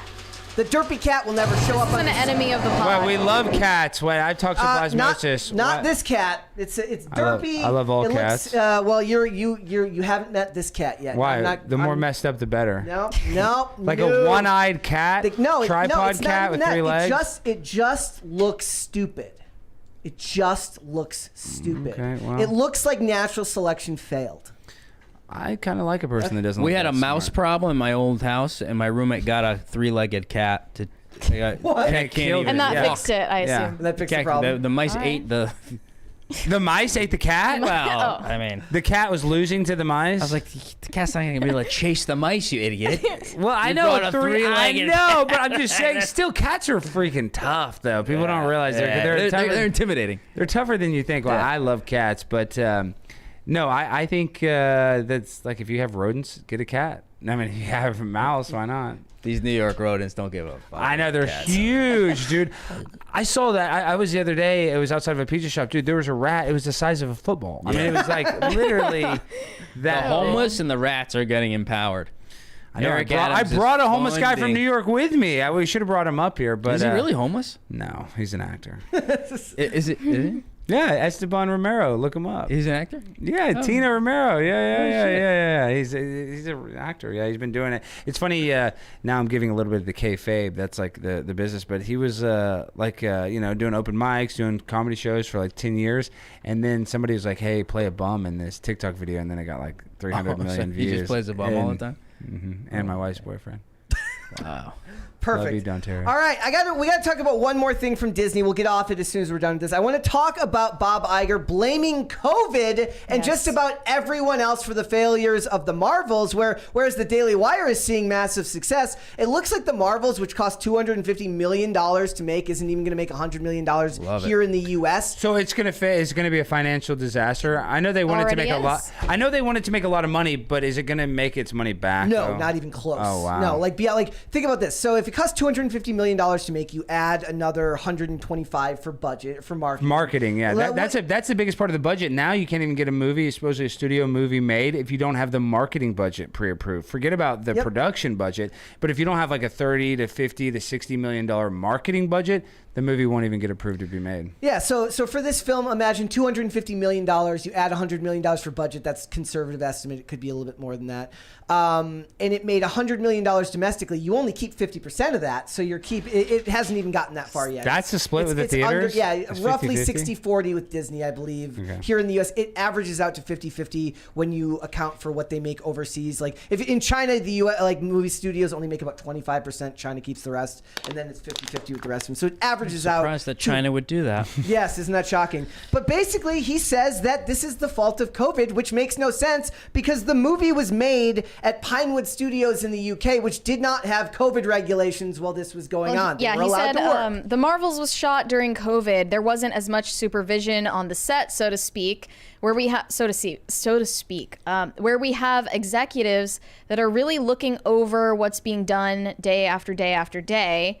Is he kind of throwing the director under the bus here? Yeah. She left the film during the post-production, which is weird. Yes, for a movie of that size to then leave in post-production to go start your next project and not follow it through all the way done through editing and locking pictures. I think they wanted the social brownie points for choosing a young female black director, and they didn't want her to be all that involved in the making of the film. And I point this out all the time, which is why I find this particularly... It sounds like a documentary about Kamala Harris. Yeah, I know. An untalented black woman fails her way to the top. The reason why this is so egregious is because Marvel in particular, maybe not just necessarily Disney, Marvel is known for being... They will hire bigger name directors. They've hired Sam Raimi. They've hired... the Russo brothers weren't huge when they started. The Russo brothers started on TV and commercials, but they will hire bigger name directors. But for the most part, like when they hire people to do Black Widow, they said the lady who they hired, the two people that they hired, they said, are we going to do the action scenes? They said, we'll take care of that. So basically the idea is they want Kevin Feige to make all those decisions. So we'll just slap your name on it at the end and make you do all these interviews where you ruin the PR for the movie. So pretending you'll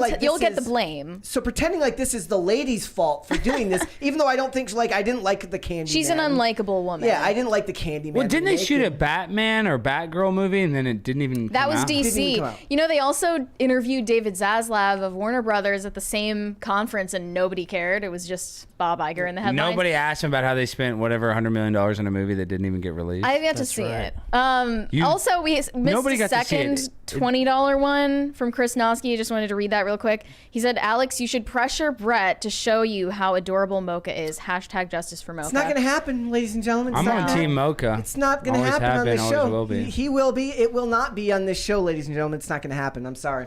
So I want to see that Disney, I would like to see Bob Iger actually take responsibility for the fact that everything's failing over at Disney right now. Get himself hyped up before he does these interviews. Watch some Andrew Tate content, like some radical responsibility, like Navy SEAL content. Take a cold plunge. Take a cold plunge. Like, on your balls. Do a water fast. I started watching all those guys to be like, I got to man up. And then all they do is drink coffee and take ice. So I'm just like having diarrhea in an ice bath. He needs to start like channeling Walt in his everyday life, which he claims to have done. In this interview, it was so bizarre. He says that he had Walt Disney's whole office recreated exactly as he left it when he died, and they left the ashtrays and all the books are in the same place, and he goes in there to like reconnect with Walt or like probably do seances if we're being honest. Yeah, you know, Walter's really weird. He was into a bunch of Yeah. occultic stuff. His best friend was a guy by the name of Werner von Braun who started our NASA program. And we brought Werner von Braun over in a little thing called Operation Paperclip. Werner von Braun was the top rocket scientist for Adolf Hitler, in that he built rockets that killed, you know, thousands of Polish people in World War II. And he ended up becoming Walt Disney's best friend. Right-hand man. Yeah, and that's the guy that started our space program, Werner von Braun. So I'm just saying he's best friends with Nazis. I played him in American Genius. No brag there. Hey, Walt Disney? Von Braun. Oh, you played? Well, in one of those like reenactment yeah, shows. no! You know? I think funny. National Geographic. Yeah. Hey, so that was a legit National Geographic how they reenact it, and I'm sure it was obviously like a favorable piece about Werner von Braun. Yeah, right? it was. Yeah. Wow. Dude, Can you give us a Werner von Braun impression? It was just this. it's like, you didn't even speak with a German kind of accent a little. We got a $20 Nine. super chat here. We got Nice. Yes, the Ninja Bear said, Disney ruined Marvel for me. I grew up with comics, Spider-Man. With great power comes great responsibility. If only leaders read comics. Instead, I have watched woke versions of great story placating to non-fans. Yeah. What they forgot was back when they actually made the movies at least closer to the comic books or paid real homage to the comic books, the biggest cheerleaders you had were the fans who grew up reading them, then got the normies excited about it by talking about how great this character is, which got more people into the theaters. Also, they talk about flooding the market, which they still do. They do it with Marvel Comics by releasing 10 variant covers of every comic. Yeah, what do you guys think about the Isom Eric July, all the hate he gets? We've been covering it a little bit. It's insane. Who's that? I mean, he's Eric July. He's a guy. He's a Blaze TV contributor, and he's on his second comic book that's grossed over $1 million, or maybe now it's his third book. Wow. Excuse me, his third book. He's super successful, all independent. He's mailing it out. But dude, I mean, listen, Eric July is not Disney, right? So it's not going to be like I guess it's probably not going to be on the same level as Marvel. I'm not even trying to hate on it, but dude, they nitpick it like crazy. They'll be like, this isn't, this scene's not good. I don't like this part, but it's just kind of interesting He's to just see like the an hate. independent guy, right? Independent guy, but he he inspires a certain level of hatred from people that's crazy. Yes, and I like Eric, but this is his problem: is he engages all the hate. Like he started to slow down with it a little bit, but he like. Well, he has he does a thing called monetize your haters on his channel. Yeah, see, I don't like that. If you're really a real hater, like if you're like concern trolling me, then I mean. I can maybe like you can kind of get concern trolled by people that would call themselves a fan, but when he knows that these people hate his guts and he's interacting with them, I don't do that. If you hate me, you're blocked. I don't even want to deal with your negative, low vibrational energy. And it makes your day easier, right? To not have to sit there and deal with the negative energy. You have to decide that you're not going to engage at all. Yeah. You can't dabble in it because you can end up going down a. That's what I'm slippery saying. slope. As soon as you even like a response to. Well, that's why you somebody- blocked me. I don't have you blocked, but there's all these trolls. Yeah, and- you have to block them. You really do. I know, and that people are like, oh, what a wimp, you blocked him. It's like, no, dude, this is my social media. I don't want you, always commenting bullshit, bringing down whatever I'm posting. Like, I don't know. But so Eric July, I just think instead of blocking, which I would do, he engages with it, so it creates all this controversy, which is entertaining if you like drama. If it kind of like promotes his stuff, I could see what doing. Well, yeah, there's a financial incentive to do it, but even then the people who are hating on him should understand like you're only helping him. Like then it's just you have a lack of emotional regulation, and you can't just stop yourself from saying something negative to someone because you're like a child, right? You have to get your petulant response out really quickly. That's how Trump got elected. That is all the true. hate for him. Well, and this is one of my good friends, Cecil. He has a new comic book coming out called Cash Grab. But the fact that we're adults and we're yelling about comic books just shows you how dumb we are. I mean, I mean, that's part of growing up living in the West, right? It's like guess. your life is just easier. Yeah. like Then- this is white people problems. Yeah, But it's like- but also it ties into the culture war, which is what a big part of what the Daily Wire is talking about, a big part of what the Blaze and all these people deal with. Just because it's a medium that people may look at and be like, oh, that's kind of silly. Well, then if that's silly, then where do you draw the line? Is at what type of literature is it now acceptable to criticize and make it part of the culture war, right? Comic book characters have been around since the 30s or the 40s, and were a big part of America's development. So I mean, the money that those mediums have a potential to make is not silly. Like, obviously from Eric July's success, we can see that. Yeah. And that's what these bigger companies aren't considering because they're too big to fail. They don't think about that. They might be taken down by so many smaller ones. Yeah. If there's 2, 3, 4 more Daily Wires, all making their Lady Ballers movies. Now, you know, then you have a real shot at taking these companies down, I think. That might actually work too over time because we're going to decentralize. Things are decentralizing away from, you know, Disney has what? They had ABC, they have all these channels, right? All pushing the same exact message. But if you're looking for variety and content, YouTube, like you said, you watch you don't watch any streaming service anymore. No. You watch YouTube or you literally watch the internet. YouTube just and internet. Yeah, right? I watch like YouTube. I'm reading stuff on the internet. I watch some sports. I'm not a ton because I think that's all kind of rigged. Not all of it, but you know what I mean. I'm saying I don't even get the same joy from. We need the Crane anymore. Bros on. We need Crane and Cohen. Yeah, well, they'll probably tell you there is something weird with sports. I mean, Tim Donaghy, a referee in the NBA, went to jail for fixing games. So if you don't think that there's ever been a ref fixed a game, put Pete Rose in the Hall of Fame. Exactly right. He deserves to be in the Hall of Fame 100%. $20 one from Joel X9 said, "Hi Mary and Brett." Said, "Mary, I was carrying my daughter and not paying attention and almost bumped into you in a sheets a couple of weeks ago. Small world, great show today, gang. Alex, isn't it hilarious that people still believe we went to the moon?" Yeah, like this. I'm getting a lot of super chats. I wish you had said hi to me. And now I feel weird, like I'm being watched. And you know it's real though because there's like a Sheets right near us. So and I'm going to Sheets all the time. Yeah, I know. That's kind of my thing. Sometimes people will DM me like a picture of my back. Be like, I saw you at Starbucks. It's like long lens. Everything's blurry. That's except so his much. back. I hate that. I hate that when somebody messaged me, I saw you, and they're like, I didn't want to say hi. It's like, just say hi. I'm not. I got one the other day. A guy goes, I was just in the elevator with you at the Omni Hotel or whatever. I was like, whoa, you think this bro? is less awkward than saying hi to me in person? Man. Like, just say hey. That's just a sad commentary on our social skills. As a Well, culture. I mean, I'm not saying this to shame you, bro, but like, I guess next time you see me in a Sheets, say hello. There you go. Don't be shy. I've seen you a couple Sheets. I've never said anything. Not only should they put Pete Rose in the Hall of Fame, as long as they're going to use clips of Barry Bonds to sell their Barry stuff, Bonds. then put him in the Hall Who of Fame. cares? Is Mark McGwire in the Hall of Fame? No. Are you kidding me? I don't believe any of the steroid players. I think Roger Clemens got. got in and he got caught using steroids. Which is, dude, I don't care how many steroids. I'm not pro steroids by any means. But I'm absolutely pro steroids in baseball. Well, yeah, I mean, whatever, if it helps him heal. But you still had to hit that home run. I mean, you still had to have the hand-eye coordination. That's ridiculous. I still think, like I said, I want them to create, and somebody actually made like a post about this after I said this. I want a league where not only are you allowed to use all of the performances, you're encouraged to use it. Encouraged. I want every pitcher's hand to look like it's covered in muck and goo to throw the best slider you've ever seen. And I want all the players to look like roided out pro wrestlers who are just chomping down on their gum at like 800 miles an hour as they all just launch balls into like the next county. Baseball was fun during the steroid No one cares era. about other industries, right? Like every comedian writes jokes on cocaine. They're performing on cocaine. They don't get discredited. Performance enhancing drugs. Every chef is on coke. Every chef is on literally like you get weed. If anybody, this is a little drug tip for you guys. Do not listen. If you're a kid, turn this off. If you ever want to score, just go to any kind of like mediocre restaurant. You know, not some 5-star. They might be annoying, but you just go to like not a Chili's, but like a mom and pop type Chili's. You ask the cook, "Hey, where can I get some blow?" They're gonna eat 2 seconds. He'll tell you.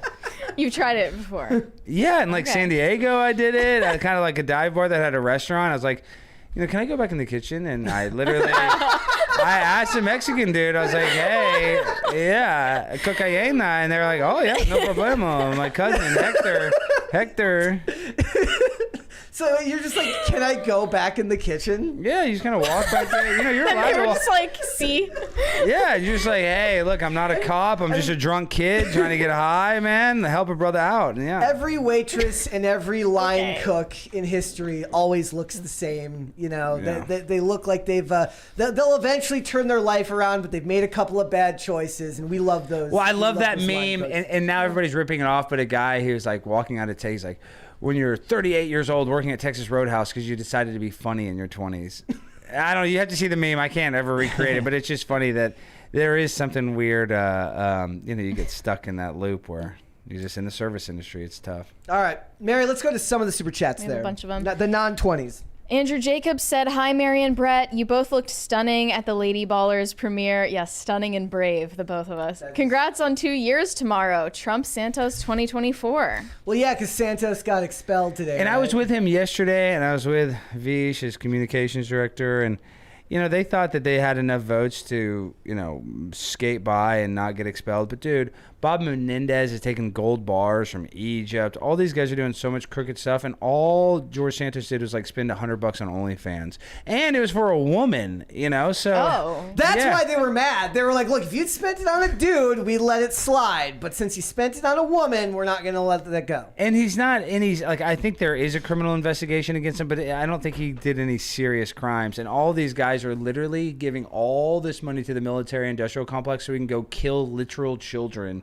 you know, on the Palestinian side and the Israeli side. I mean, I'm just saying it's just ridiculous how that's why America loves this Israel-Palestine conflict, because if we don't sell Palestine guns directly, they'll be able to get access to our old guns, which will just, you know, increase our budget to buy more new guns for us. So I don't know. War is a racket. Smedley Butler said that, who was a 5-star general. So I don't know. I hate war. And that's the term we always say, culture war. I don't know if I like that term either. What would you know? replace it with? I mean, like, it's like culture clash. I mean, I guess you could say, but I want like culture, like copacetic culture. Like, we need to have a way where we can have different viewpoints and like. You workshop that. I didn't. I'm trying to workshop it. I'm just saying we're always trying to war. Change the name of your show. Well, I'm saying we're always trying to fight. Culture crisis. Oh, I'm saying we're always trying to fight and crisis and this. Like, why can't we just have like a party and we all get enjoy? along. Yeah. Pop culture party. Yeah, pop culture PCP. party. Also, thank you for the show will be 2 years old tomorrow on the 2nd. So thank you for that. Shane H. Wilder said, "Great to have y'all back. You both looked great at the premiere. The suit really suited Brett." No, it did not. That's the problem. That's an old suit coat that I just did not fit into anymore. That's So like Nathan Fielder with the oversized. No, you weren't in any pictures. How did they even know? I was in the background of one of yours. Okay. I love going creeping. to events and just not taking. It's just such a guy thing to just go to an event and literally be like, I didn't take a single photo this whole time. I should have probably taken some photos. I took a picture of the Ballers logo and posted it on Twitter, but I didn't take any photos at the actual event. I got to get better at that. Sir Ranko Productions said, haha, I was right. Smugness intensifies. Congrats, Brett and Mary, for being able to attend the red carpet premiere for Lady Ballers. PCC is definitely getting big now. 100K subs soon. Let's go. Yeah, well, yes, let's go with the question mark. We need the merch very, very soon. We got to get on that. So Okay, and don't ruin the movie though. But Tyler, like, what is kind of like the end of the movie? I know you can't just say. Don't ruin the movie, but ruin the movie. Oh, well, I guess I'm just saying, like, I wonder how do we tie it all up in a bow? Are the guys like? I mean, I guess you can't tell us, but I'm just wondering, like, are the guys? I guess I'll know tonight. 3 when I watch. hours. I know. We'll watch it tonight. I'm just wondering, how does it end? Like, this is a huge mistake, or we should have never done this. I'm excited to see how it Ben ends. Shapiro comes out. This whole movie was sponsored by Jeremy's Razors. Get Jeremy's Razors. Yeah. He sponsors the whole. That's what they should have done. Ben should have popped out in every scene. You know, And like just every been like, scene, yeah. a dramatic Like scene in the locker room, VPN. comes out of locker room. Yeah, ExpressVPN, protect your online data. he's probably too busy to like. They wouldn't have been able to get him for that many. But days that to would have do actually that. been That a would've that'd been great. funny joke throughout Yeah. the whole movie. All right, let's go to the. Let's talk about Was there any Fischer. product placement? Any subliminal product placement? Like Daily You'll Wire? have to, I guess you'll we'll have see, to yeah. go and That's see a yes. the movie. That's You'll a have to yes. wait and No, see the cool, movie. cool, All right, cool. man. Okay, guys. I'll talk to you after the show. We'll have a long ride to the airport. Jimmy Fallon just got accused of transphobia. He did an interview with Hunter Schafer, who is a trans actor in the new Hunger Games prequel movie with Rachel Zegler in it. And they were doing this interview to promo for the movie. And he made the grave mistake of calling this trans actor Bud. Thank you. Thank you. You just said Bud? Bud. Bud. Bud. Like, hey, Bud. Can't say B-U-D. that. Watch your mouth, Alex. And that's a slur now. Thank you guys. That's Do you want to show us the clip? yeah. That's Ian doing an impersonation of It's Roberto like- Jr. Is it implied that men only call other men Bud? I've heard women Like- call people Bud. It's I just mean- madness at this Yeah. point. Let's see the clip. Yeah, so we actually, can, let me Yeah, I see. want to see the context. Oh, well, I mean, for Halloween. So that person's I was a guy. obsessed with how the Yes. Capitol people were in costumes. That is and a- I made my own costume. That is a very This is clever- Hunter Schafer as a little boy dressed up as a Hunger Games character. Is that a famous transgender? I don't know. As a capital person. Is that a man? It's really, Yes. yeah, crazy. Look at you. Congratulations, bud. Come on, is that Congratulations, Bud. Not too far. Okay. from me. not bad? Yeah. He regretted saying it right there. And they're not even live, right? Because those are pre-recorded. Yeah. So I see this person saying, "Listen, I'm happy to have a discussion about this, but I'm not too fond of the tone you're using. The fact of the matter is that yes, while Fallon might say this to everyone, maybe he should reconsider his rhetoric. Bud might be seen as a friendly gesture, but the fact is it is heavily associated as a way to recognize boys and men. I'm glad it doesn't bother you. That's fantastic. But it bothered me, and I'm certain I'm not alone in that. Perhaps it should show a more genuine kinship if Fallon thought more about his words." Whenever I hear stories like this, the first thing I think about is how I'm not going to be able to put into words how annoying it is. Yeah, there's almost nothing you can say. Exactly, right? Like, I'm thinking about it, and I'm like, there's like 9 different things, all of which don't really rise to the level of actually explaining why I find this to be some of the most narcissistic and self-involved language. Did he apologize? I don't think so. And did the transgender person get mad? Yes. Really? No, I mean that person that I just read their tweet. Yeah, they're mad, Hunter But obviously, Hunter Schafer was not mad. And Hunter Schafer, That's a dude with tips. This is a trans-identifying I've never male. heard of Hunter Schafer. That's weird. I guess I'm out of the loop. They're mad on Hunter Schafer's behalf. Yeah, and Hunter Schafer also played a trans character in Euphoria. That's mainly what he's known for. But anyway, guys, I'm more so worried about women these days because Hunter Schafer recently posted and then quickly deleted a scan of a schizophrenic rambling diary. It's a picture of all of these like scratchings on the wall of an insane asylum, basically talking about his transgender identity and how it's evolved over time. So it says, my gender was so influenced by the need to be used by men. My sexual orientation was not gay, it was not straight, it was an attraction always to misogyny. Not feeling feminine enough without being a victim of rape. This is an actual quote from Hunter Schafer's diary, this trans actor. The idea of being eaten used to arouse me. He goes on to say that men eat women and both men and women fetishize rape. And he has since deleted this Instagram post. And this is this person's own definition of womanhood and femininity is you are not feminine unless you have been raped. Suddenly, Bud is not seeming so criminal after that. Man, can we go back to the lighter stuff, right? Like it's absolutely disgusting, obviously. And I was expecting all of these women to see this and be like, that's deranged. Like, I would never feel that way as a woman myself.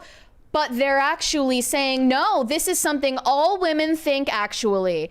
So here are some of the replies. The problem with that language, though, is that, like, when they say all women, what they really mean is, like, they think us deranged feminists. But, like, look, 50 Shades of Grey was popular for a reason, right? Like, these franchises, those types of fantasies are a real thing. It's just, it's not all or even most. But should we tether that to the concept of being a woman entirely? Obviously not. Yeah. So here are some of the insane replies. One said, am I actually pretty feminine or attractive if I haven't been raped is a very common thought women have. Even amongst women who have been SA'd, but not by a stranger. No one's proud of it. And these days, everyone's aware it comes from misogyny, but it's a common idea regardless. And I read this as the resident woman on this podcast right now. That is not something that's ever crossed my mind. I hope that is not something that's ever crossed the mind of any healthy, well-adjusted female. All right, Bud. It's just insane. And they're saying this is level 1 rad femme shit. Womanhood is inherently tied to oppression. She's not speaking from a political place. She's talking about her personal feelings about gender, which makes sense considering society's treatment of femininity. She's not saying anything remotely new. This is stuff feminists have been talking about for decades.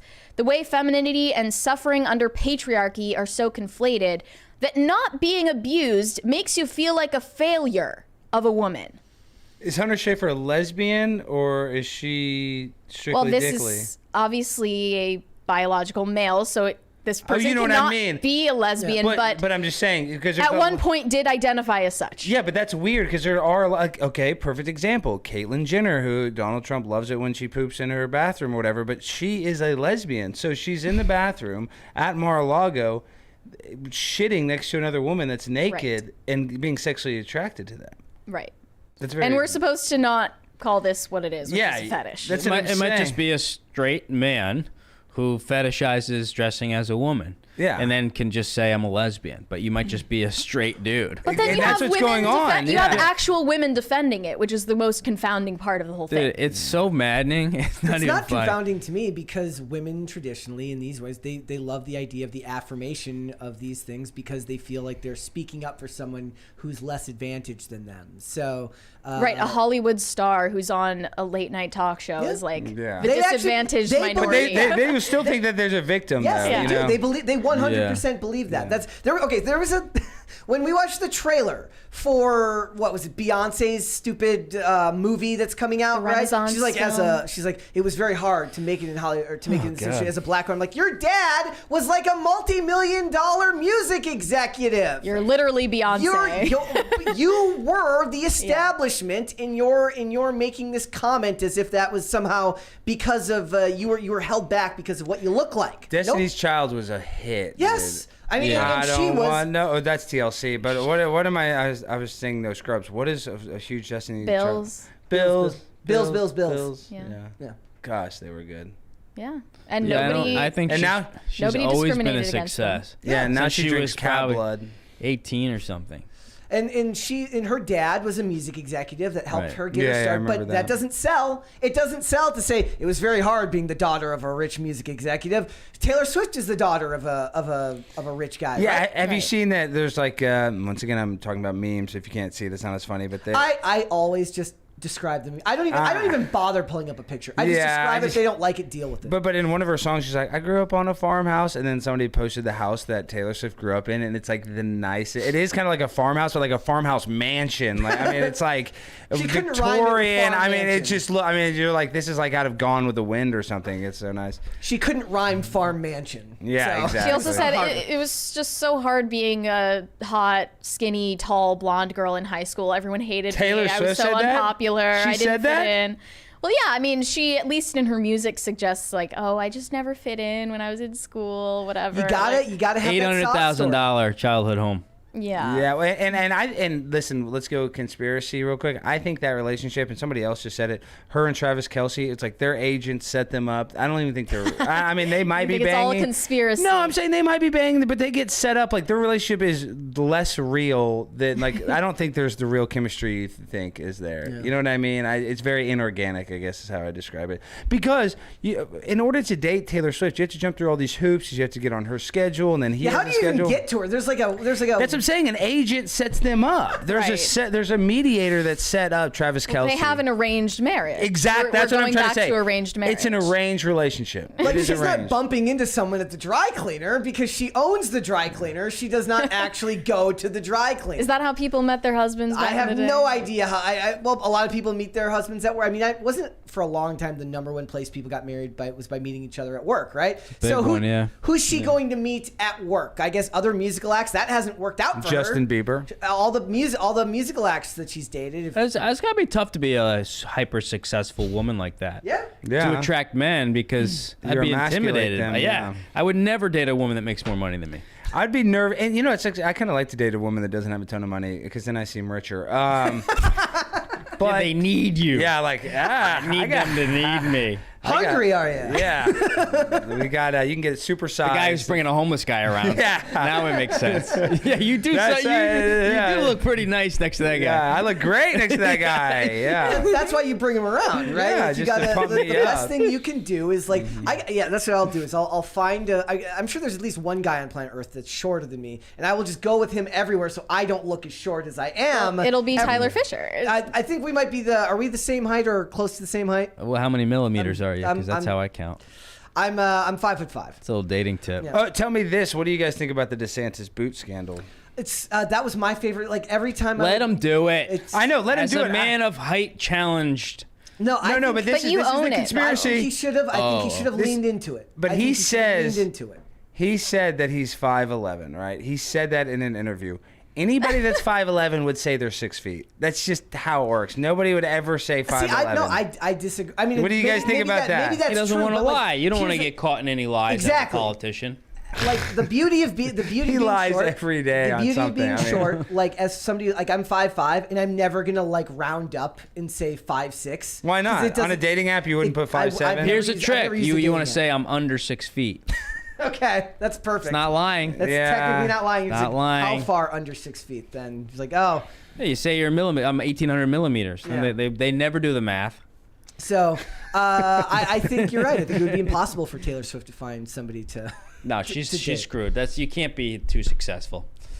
Do you think the Jimmy Fallon thing just blows over? I'm sure it does. Oh, right? yeah, This- that's a this nothing won't- burger. I would love to Right. see him apologize. Yeah, that would be. That would make it funnier. makes Then, it then, worse. then he has to admit guilt, though. I don't. If he was smart, he wouldn't do that. He's like, oh, I had no idea that was because I didn't know that. I no didn't idea know- that was a slur for they all trans deserve people. it. They deserve it. This is what happens. Yeah, I had no idea that that Bud becomes was a slur. That Bud was- Light. They're gonna have to change the name. What's going on with Bud of Light? their own beer? I they They're taking- back because Kid Rock is tight with Dana, and Dana White. What is, did you make it? I didn't like that he was standing up for Bud Light. But they're paying him money. I mean, know, but The come official on. beer. Everyone's got a price. I mean, you know, UFC. and I hate to be like this because I do try to have integrity. But if Bud Light was like, "Hey, I'll sponsor you and pay you $100 million," I think I'd say yes. You know, I mean, I'm just, no, and He most- doesn't need it though. most I know, that's people- true. Most people are lying when they say that they wouldn't, right? Like, Exactly. When that much money is flashed in front of your face, I'd rather you be honest and be like, look, I'm not, but I'm also not a boycotter. I get it. I get why people do that. I do.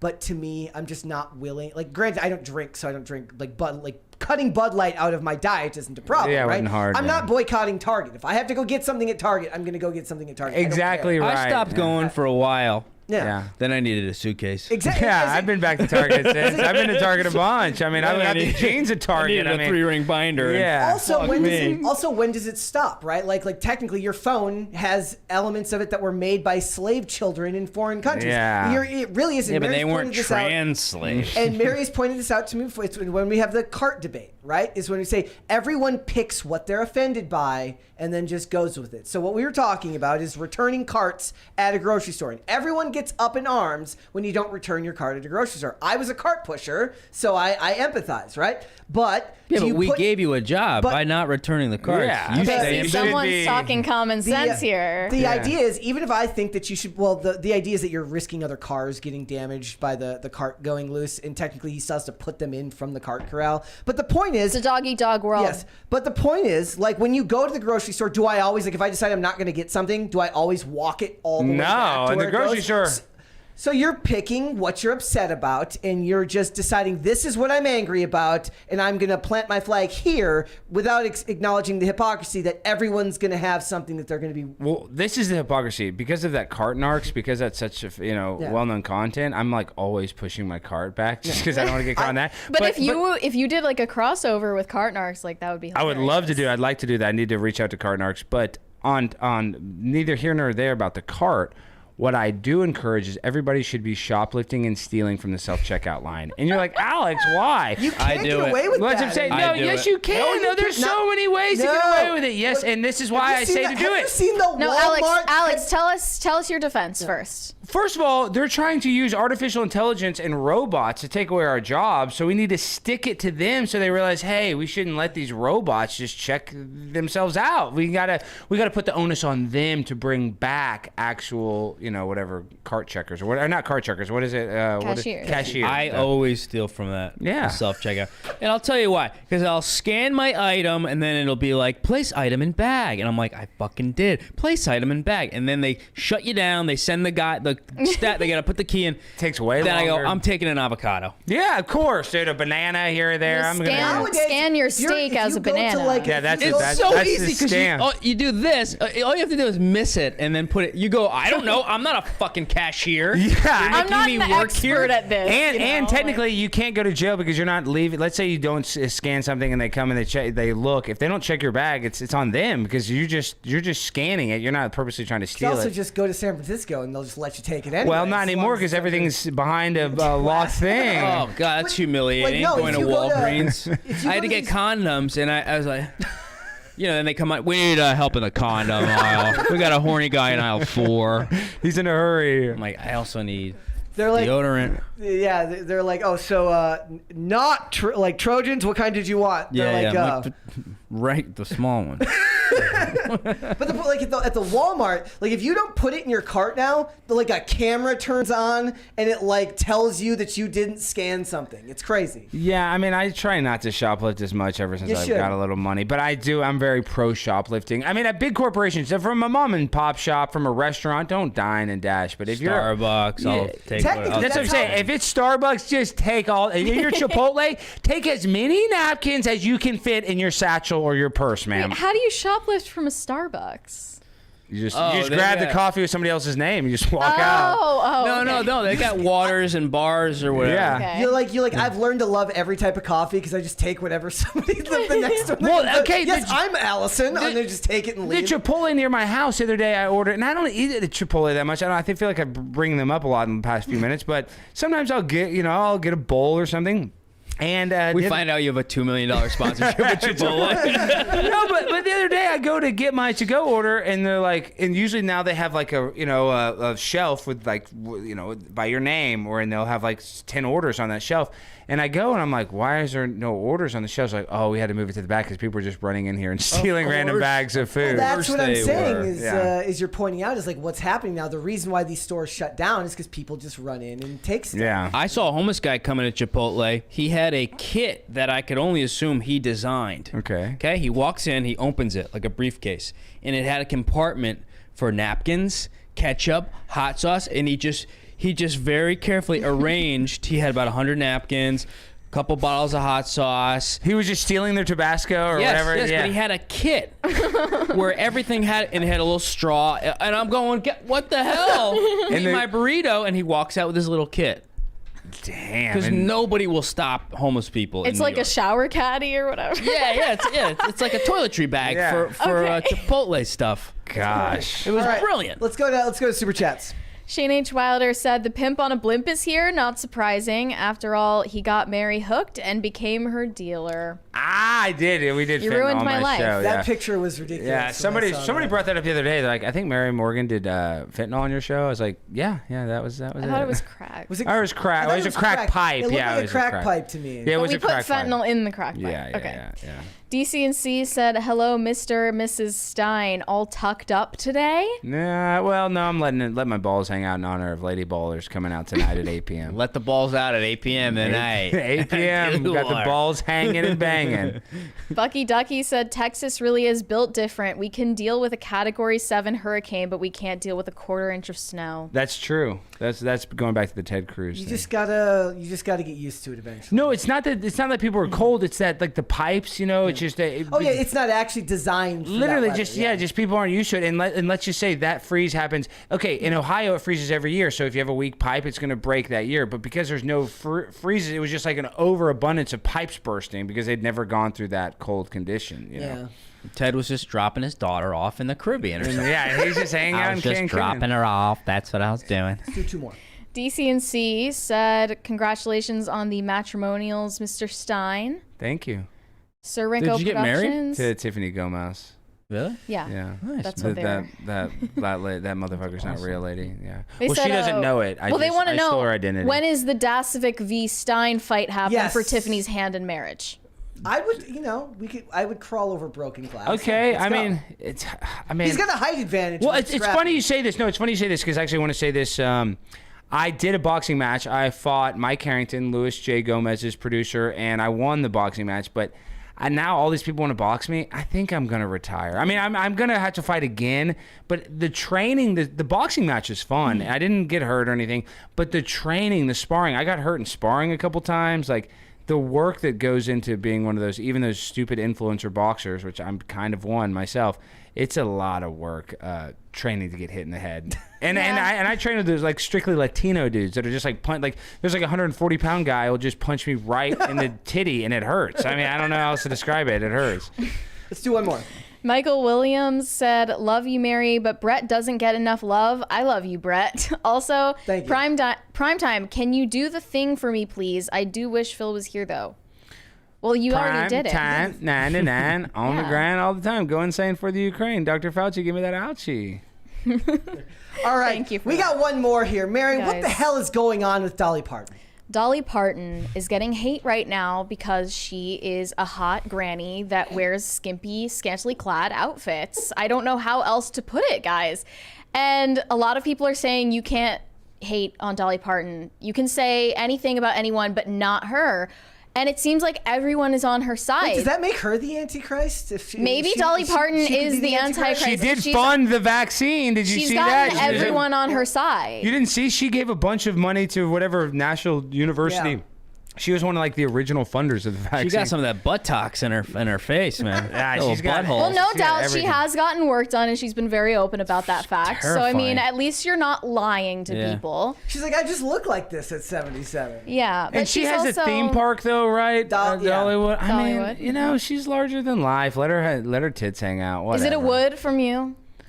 Oh, I would hit Dollywood? it. Yeah, but I mean, I would just hit. I mean, listen, I would hit it just for the story. I mean, yeah, I would do it. I would hit it. I would have sex with. I would have sex with Lizzo. I would have sex with Leslie Jones. I mean, if it just So just that you to have do the it. story. You couldn't get it up. I bet I couldn't get it up, but I'd get a selfie, and I'd get a selfie, and I'd post that thing on the internet, and it'd get 10 million hits. So yeah, if any of these famous fatties or gargoyles want to make love, I would do it. I'd take one for the team. Well, Dolly Parton's supporters are calling out ageism and saying many people can't wrap their heads around women displaying their sexuality. Ageism's a real thing, Mary. You're a young kid. You haven't faced it yet, and you will soon, and you're going to be on Dolly and I's side very soon. So. Dolly and I's side, you're on her side? Yeah, I do not persecute her. She's 77. If she wants What to age do women peak, do you think? 77, like Dolly Parton. I don't know. I mean, honestly, realistically, probably like 19, I'm guessing. I don't know. I mean, It's obviously a touchy subject on the internet. what, when people peak or Dolly Parton's sexuality? Talking about the wall, stuff like that. And is she too old to be dressing like this? Would we let a man do it? No. Guy with Yeah, his Joe balls Biden's hanging out. Joe Biden's he's in Delaware with his titties licking hanging ice out. cream. Yeah. Let her dress however she wants. She's got FU money She- anyways. Well, what do you think about all that pearly things like girls can't dress scandalous? Well, yeah, Pearl has this trend that she started where she goes hashtag I deem this outfit either appropriate or inappropriate for a wife and mother. Ugh. I think that the type of post she does is kind of bizarre because it's always a woman who is neither of those things. Yeah. Yeah. So why wouldn't you talk about Dolly Parton, who at least is a wife? She's not a mother. I don't think she's a mom. I think she's She's a wife, though. yeah. So wait, Dolly's never had any kids? I'm gonna double check on that. Apparently, she is in an open marriage. She calls it Her an tits are open pregnant. marriage. She says that this is how she keeps things spicy in her relationship. She's been with the same man since the 1960s when she was 18 and he was 21. They got married like a couple years after they met. She calls this an open marriage, but she says it's not sexually open. So I'm not She's sure just she a knows boomer what who that doesn't means. know what the term means. Yeah, I like she's just- it's endearing. Yes. She's like, I have one of those Yes. open marriages. Maybe she can have like, you know how, what is it, the emotional friend? Maybe she's allowed to have like, boy, like work husbands. That was a Right. Chris Rock bit. Kinda, He says, yeah. he said, you know what I love about women? They get to have platonic friends. Yeah. So she says men are her weakness, and yes, it's an open relationship, but not sexually. And I would kill him if I thought he was doing that. And she says he would also kill her if he thought that she were cheating on him sexually. What if but it was apparently Leslie they're allowed Jones? to like I bet she wouldn't give they're a allowed to shit. like flirt outside of the marriage, I guess. She's very out of touch with the terms these days. She doesn't know what she's talking She's a about. skeleton. 77, I mean, yeah. It's over. But I mean, she looks good for It would her actually be age. weirder Yeah, if she she does. did know all the terminology and she's like really up on the lingo. That would just be weird to me. Yeah, she could be pansexual, trying everything. Demisexual, Demisexual or whatever all of those Polly terms Parton. are. Yeah. Dolly Polly Parton. Polly Parton. Oh Yeah. my God. Make it happen. Can you read the first part of it again? The very first part of it was the part that I thought was the funniest. Where she talks about men being her weakness. No, of the first article. So it says, She says, there was something in there that was like, it was so vague in the terminology that just About her marriage? No, in the very beginning when yeah, they say many people can't wrap their heads around women displaying their sexuality. That is also kind of BS, because just because somebody disapproves of you, and I'm not saying you should disapprove of something here, doesn't mean they don't inherently understand or can't wrap their head around it. It just means they disagree with you, which is annoying language to me. I hate it when people do that. It's like when people say that you're just a bigot because you disagree with me. Right. No, I just see the world differently than you. But leave Dolly alone. Dolly should be completely. She earned it. Apparently, Dolly can do no wrong because she has wronged no one. Quote, I don't do politics. I have too many fans on both sides of the fence. Of course, I have my opinion, but I learned years ago to keep my mouth shut about things. I would love that to become the, like... That should become the norm again. Yeah. Right? Like Michael Jordan, Republicans buy sneakers too. Yeah, that was such a famous line from that documentary. And the average Hollywood celebrity back in the day understood that, like, Hollywood was not always some conservative bastion, right? There was plenty of people, Hollywood in a lot of... There's a great series from Razor Fist called Hollywood Was Always Red. And, they understood that you got to know where the bread is buttered, right? And your opinion isn't of super... I still don't want to know the politics of a business owner. I just don't. Even with the Daily Wire, I don't think and I love the Daily Wire, I don't think they need to say, we're a conservative media company. I don't think they need to say that. Yeah. I mean, I feel like they're almost forced into leaning into it because of the backlash that comes with it. They would lose some of their teeth and give them more power by not at least showing their audience who they are, because it's already been outed, right? So if you just... Well, if you're going to be an entertainment company and make movies, it's irrelevant what you're political... But it's also you're a political commentary. But it's very closely tied to the... That will take a long time, and I think it would require a name change. I think you would have to create a subsidiary, and that's why they have Ben Key. Well, I just want to make this last point though too. You see George Santos getting expelled from Congress, and it just makes you think.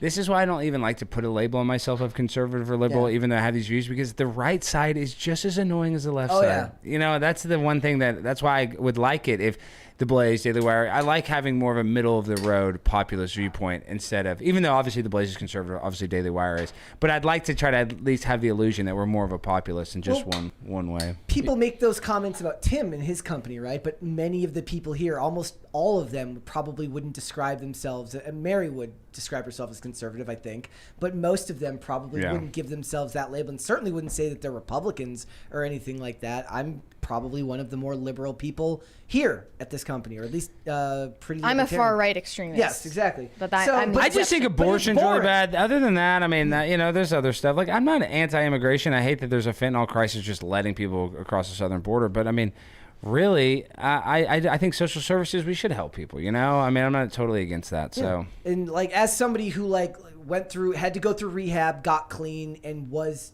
a benefit, did benefit from stuff like that. That stuff does. Did you get free rehab from it? I did. See, it should. I believe that's how we solve the drug crisis. Is you give free rehab, Call or it I guess rehab.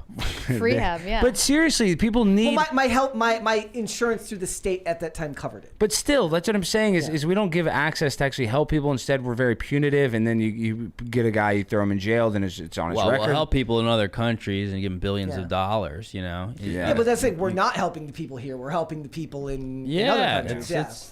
The point is, Dolly is doing what they should have done. Everything's good. She's on the right side of history, so to speak. This is also a funny quote. Men are my weakness. Short, fat, bald, or skinny. I've had crushes on some very unusual men, but Carl, her husband, knows I'll always come home, and I'm not having sex with these people. I'm just flirting and having fun. She's banging Jason Alexander, George Costanza. Somebody also pointed out, they said Brett is woke adjacent. I remember when somebody said that to me. That's why you're Brett Wokovic. I'm woke adjacent. Wokesville, population, Brett. That's right. All right, we got some super chats there. Let's finish this out. Joy Westbrook said, congrats on 500 episodes. Thanks for being here. Working a 20-hour shift. I'm exhausted. Y'all sound perky and awake. It's helping keep me awake. Well, You're welcome. We're doing our best. Your local wizard said Shane Gillis Trump impersonation is way better than Alex. Okay. What do you have to say to that? Yeah, Shane Gillis is one of the funniest. Frankly, I comedians in the think world. you're. It's a failure, right? I think it's sad. I think it's Tyler's very is sad. even more spot on, but I think it's very sad. Shane's is very good. It's very good. He's a fatter guy, right? He's a little bit bigger, but no. I and think his he's- Roomba Joe Biden joke that's going viral. Yeah. Shane's at the top of his game. There's a $20 one here from Crispy Leg Transport LLC. Says, can you guys have a moonwalking contest after the show and post the footage later? I don't know how to moonwalk. Does anybody know how to moonwalk? I believe Michael Jackson was innocent. There you go. I don't. I do a great impression of him where I touch a 7-year-old. It's his later work, but I nail it. Schrodinger's Effery said, can Tyler do the next segment in his fake accent? What segment? I don't know. I guess we're done with the segment, so Yeah. it's not, we lost the opportunity.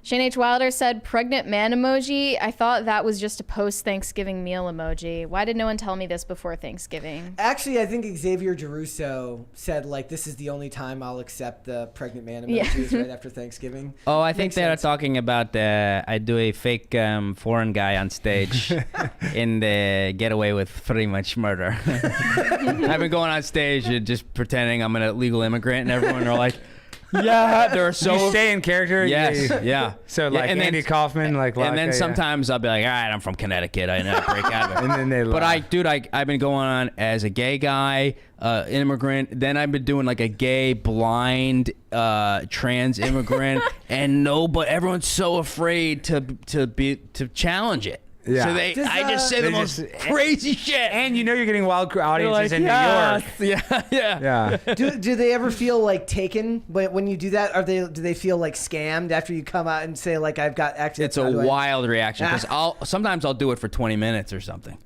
But people like that, I think, Yeah. the revelation of the method. Like when Yeah. I bet that's their favorite part is when you start talking normal. They're like, oh, he's joking the whole time. Ah. Yeah. You know, there's something about that.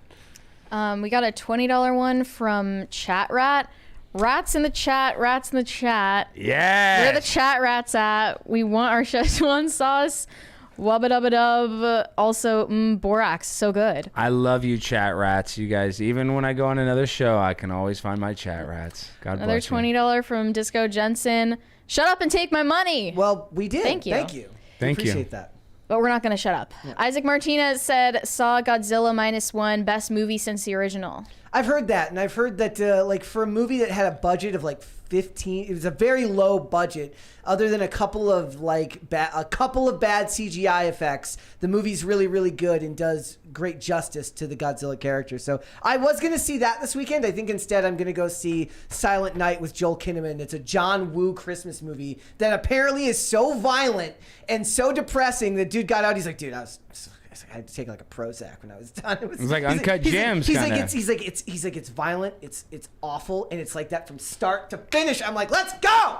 I will watch it. I don't need some great message at the end. Just a bunch of hyper violent, gunfights and stuff with Joel Kinnaman. It's gonna be great. How about you read the next $20 one?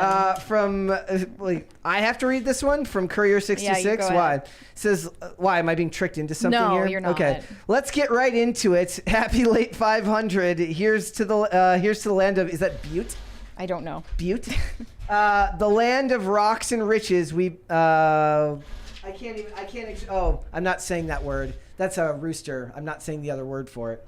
Against the wall. Yeah, I'm not reading the rest of it. You're gonna have to read it. No, thanks. Texas Tac Talk said, bro, Tyler, tell us about your priest.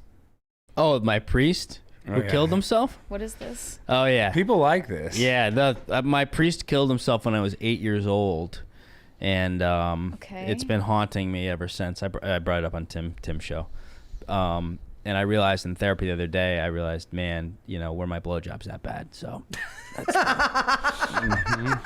Jamie Foxx left me a voice note about that joke too. He loved that. He loved that one. He loved it. Well, he's from Terrell, Texas, too, right outside of Dallas. He's a cool guy. Shane H. Wilder said, I nearly got kicked out of the airport for asking for dinner and a movie first before getting a pat down. I mean, I thought it was funny. He also said, I did not need to hear internal sphincter today. Yes. Well, you did. Wait, is that what the Botox is for, the internal hole? Yes. The other thing about Jamie Foxx is I was like when we were at the premiere, like I never watched TV, like regular TV, and like The Amazing Spider-Man was on cable, the like 1 and 2, and in it like Jamie Foxx has to play like a nerdy computer scientist guy, which is like the most impossible thing to do because he's tall and good looking. So he's got like a fake bald patch with fake hair over it, and it's just I'm like, you couldn't have just casted like an actually kind of geeky ugly dude. black dude. Like what's the point of getting like Jamie Foxx if he doesn't get to play Jamie Foxx cool in this movie?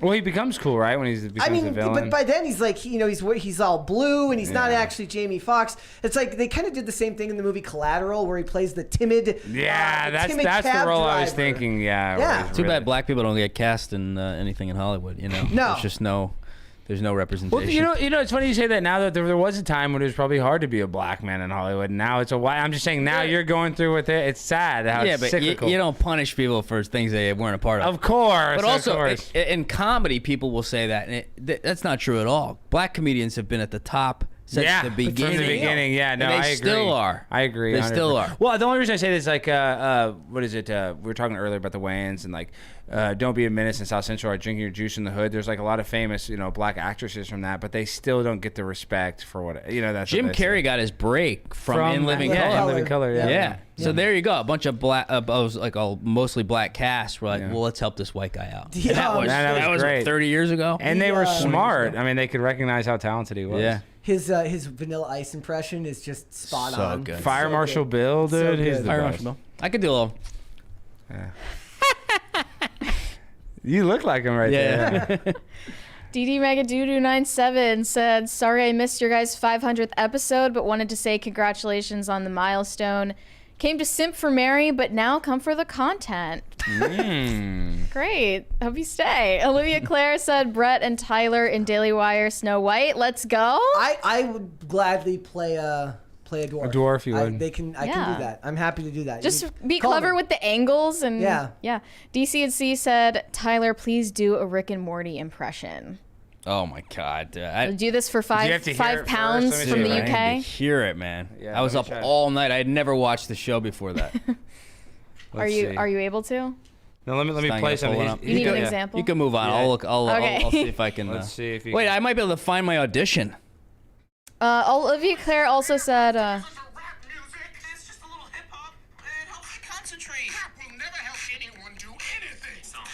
don't want to get you copyright strike. Yeah. Well, it probably won't I'll since it's find not it. on screen. Yeah. Olivia Claire said that she tweeted you a photo of Mocha and is her cat. Oh, really? To me? So we can get your judgment on whether this cat deserves love. Where, on Instagram or Twitter, I wonder? Twitter. Okay. Oh, no. Olivia's great, but there will be no love for Mocha. Sorry. No love for Mocha. Found it. You got it? Here. What? A vat of fake acid? Are you dying of dementia? Sounds like him. Tonight, Rick! The night I saw you fail! Dude, you sound like him. Yeah. It's good. I feel like if you watch the show more, you would get it down even more. Yeah. I am ending the poll, ladies and gentlemen, before we forget. I asked everyone, I said, did you even miss us? That was the poll today because we were gone for 2 days. 57% said yes. 28% say it's complicated. I like doing and 13% said, nah, hell no. We didn't miss you for shit. Like, they're fine. I like emotionally manipulative polls.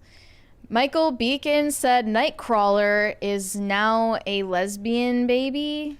They're going out of the way to spite fans, but I won't 7 legions on Inkslayer Entertainment.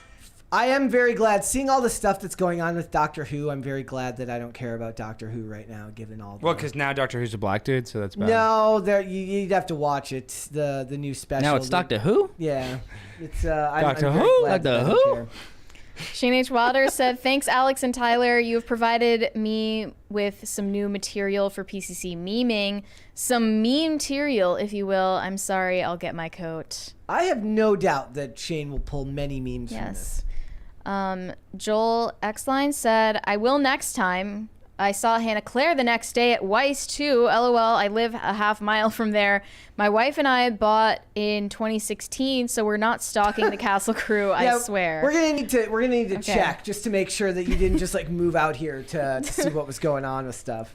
Username I'm not going to read said, Brett want Extreme League Basketball, XLB, full contact, and roids will be allowed.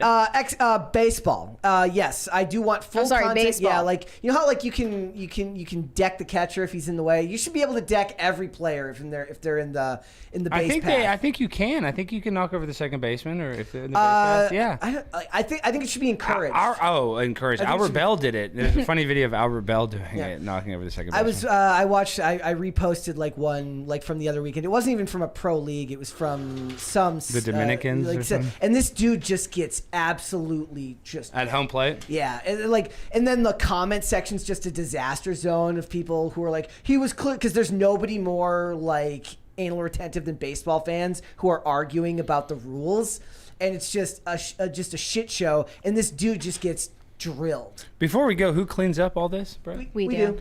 Damn, yep. Mary. Yeah. That's what I've been thinking about this whole time. Really? I literally Don't worry, it's not on you guys. No, and I make a big mess on my show too, and like but I'm like, this is almost giving me more anxiety because there's literally 1,000 fake dollars. Yep. Your show is messier, so I know it's messier. It's a different kind of messy though. This is like it's dirty. It's dirty. It's like actual stains and dirt and spray paint. This is like just tedious. Yeah, but that's harder to clean. Oh, it is. But I keep it dirty. I just keep it nasty. You guys see my carpet? It's Yes. disgusting on my set. It is. There's like, dude, we talked about a black light in the hotel room. If you put a black light on this thing, it's just all jizz. That's Danzatastic. Sent us a sticker. Thank you. Bucky Ducky said, just me, or is Brett looking 5 years younger today? It's because I shaved last night. They do notice, don't they? Yeah. Sirenko Productions said, Alex Stein, thoughts on Taylor Swift being the Antichrist? I mean, probably so, yeah. She's probably the daughter of Satan. No, I don't think she's actually the Antichrist. I mean, I think the She does look like that priestess of Satanism. I mean, she probably does do some sort of weird, sex magic and like spirit cooking with Marina Abramovich on the side. Totally. But I don't know if she's the Antichrist. I don't think. Is she? I mean, I know she's like the #1 artist right now, female artist, but still, I don't even think she's as culturally dominant as Trump. I think Trump would be more likely to be. I'm not saying Trump's Antichrist, but I think he would be more likely to be. We were talking about that last Yeah, because night, everybody likes Trump. I think the Antichrist is somebody. That is objectively not true. We like Trump. Not everybody. I know, but I'm saying he's likable. Like, I think that the Antichrist would have a lot of likable things. Like, I think a Barack Obama is more of an Antichrist than. Is it? I don't think it would even be possible for a politician to actually be the Antichrist. But he's supposed to be a political genius. I thought you're supposed to be universally loved to be the Antichrist. Yeah, that's what I'm saying. That's what I always thought. Like I said, it's only Keanu Reeves. He's the only guy who can end up being the Antichrist because nobody hates Keanu Reeves other than Mary. The Antichrist doesn't exist because Mary will likely not like whoever it is. Just to be a contrarian. Just to be a contrarian. Yeah. Like the nicest person on earth, and Mary's just like, I don't like the look of him. No, the Antichrist is that Gail Lewis, the girl that just retired from working at Walmart for 10 years. 10? You guys didn't see? You guys don't know the meme I'm talking about? No. That's just a really popular meme. Just look up the Gail Walmart meme. Okay. It's so popular right now. A woman, she's like, it was the stupidest thing. She's like, well, Walmart, Missouri, blah, blah, blah. How long did she work there? Signing out. Only 10 years. Only, and dude, everybody. I felt bad because I'm like, only 10 years? Okay. You guys haven't seen this Gail. This is going to piss me off. Gail Walmart. I mean, this meme is going crazy, dude. It's like the newest thing. People are making all these T-shirts and... You guys haven't seen this woman? Maybe what is this? Maybe you haven't Waffle seen this House woman? Wendy. No. Maybe Waffle House Wendy could be the Antichrist. This is the video. I can't believe you guys haven't even seen this. It's like pulling up TikTok. Come on. Hold on, I can I've never try and heard put of it on this in my screen. life. Is it this one? Yeah, but Attention, everybody's Walmart. memeing it and This is Gail Lewis. Hold on. Oh, she's Signing Good night. A woman named Gail Lewis is being honored across TikTok for serving her country. That is, serving the people of her country who frequented the Walmart People of location where she Walmart. worked for 10 years. On November 16th, 2023, TikTok user Fluffy Gailina, aka Gail Lewis, uploaded a video saying goodbye to her post at the Walmart located in Morris, Illinois. From her last sign-off on the intercom to crying in her car about how her coworkers had become family, the video is honestly really heartfelt. It is. But it's a happy sad. And seemed to strike a particular chord online as it gained 24 million views in a week. As it spread, the comments section began to burst with TikTokers semi-ironically thanking Lewis for her service. Later in the week, the video became the subject of memes, which reinforced the sense of gratitude.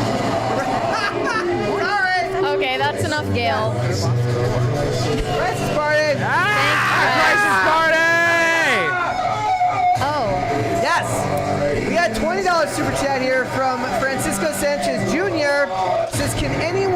name a Bad Bunny song, I mean, he is the king of pop. He is like the biggest. I don't he's like know the biggest, one Bad I Bunny can't song. name a Bad Bunny song. It's kind of like when they say like, "Oh, you think you don't live in a simulation? Have you ever seen your neighbor take the garbage out?"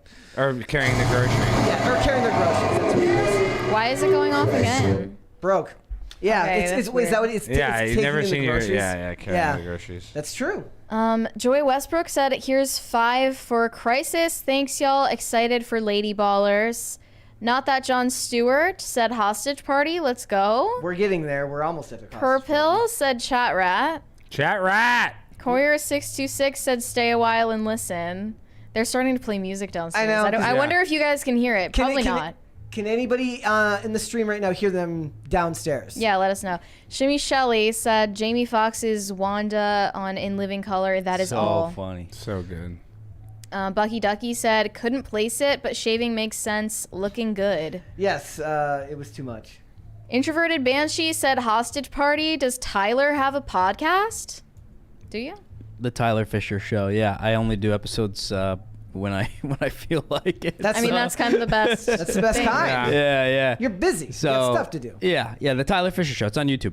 And all of your stuff is linked in the description, so you guys can see when he's having live shows and his social media. Yep, touring the country. Shane H. Wilder says yes, he can hear them downstairs. You got a famous musician we'll down just there, live right? with Yeah. it. We'll Let's just go have hang it. out and go check it out. Yeah. Derek Null said, "Alex, get Brett on Friday Night Tights." There you go. Are you a big Nerderotic fan? I met Gary here when he did IRL. But I know you're talking about him like you're a big fan. Just how the seriousness. I don't have tone time in your voice. to listen to any of the because we. You don't cover watch the his same- clips, We don't, but because we cover a lot of the same stuff now, I've prefer to not watch. so you don't it. sound like an echo chamber. like otherwise it bleeds into what you And we got a $20 from Justin G. Pumped to see Lady Ballers. Love seeing Primetime 99 on here.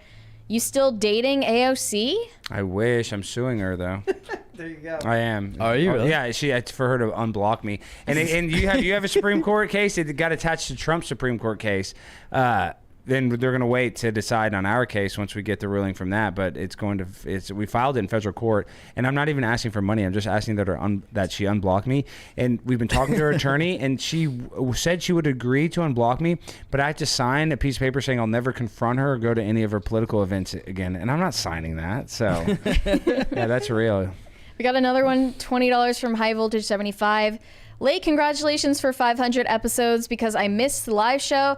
It was fun seeing Tim's first appearance on PCC. I liked when Tim asked, "Do you cuss on this show?" And Mary was like, I didn't know what to say because we do, but we don't. Glad you're back.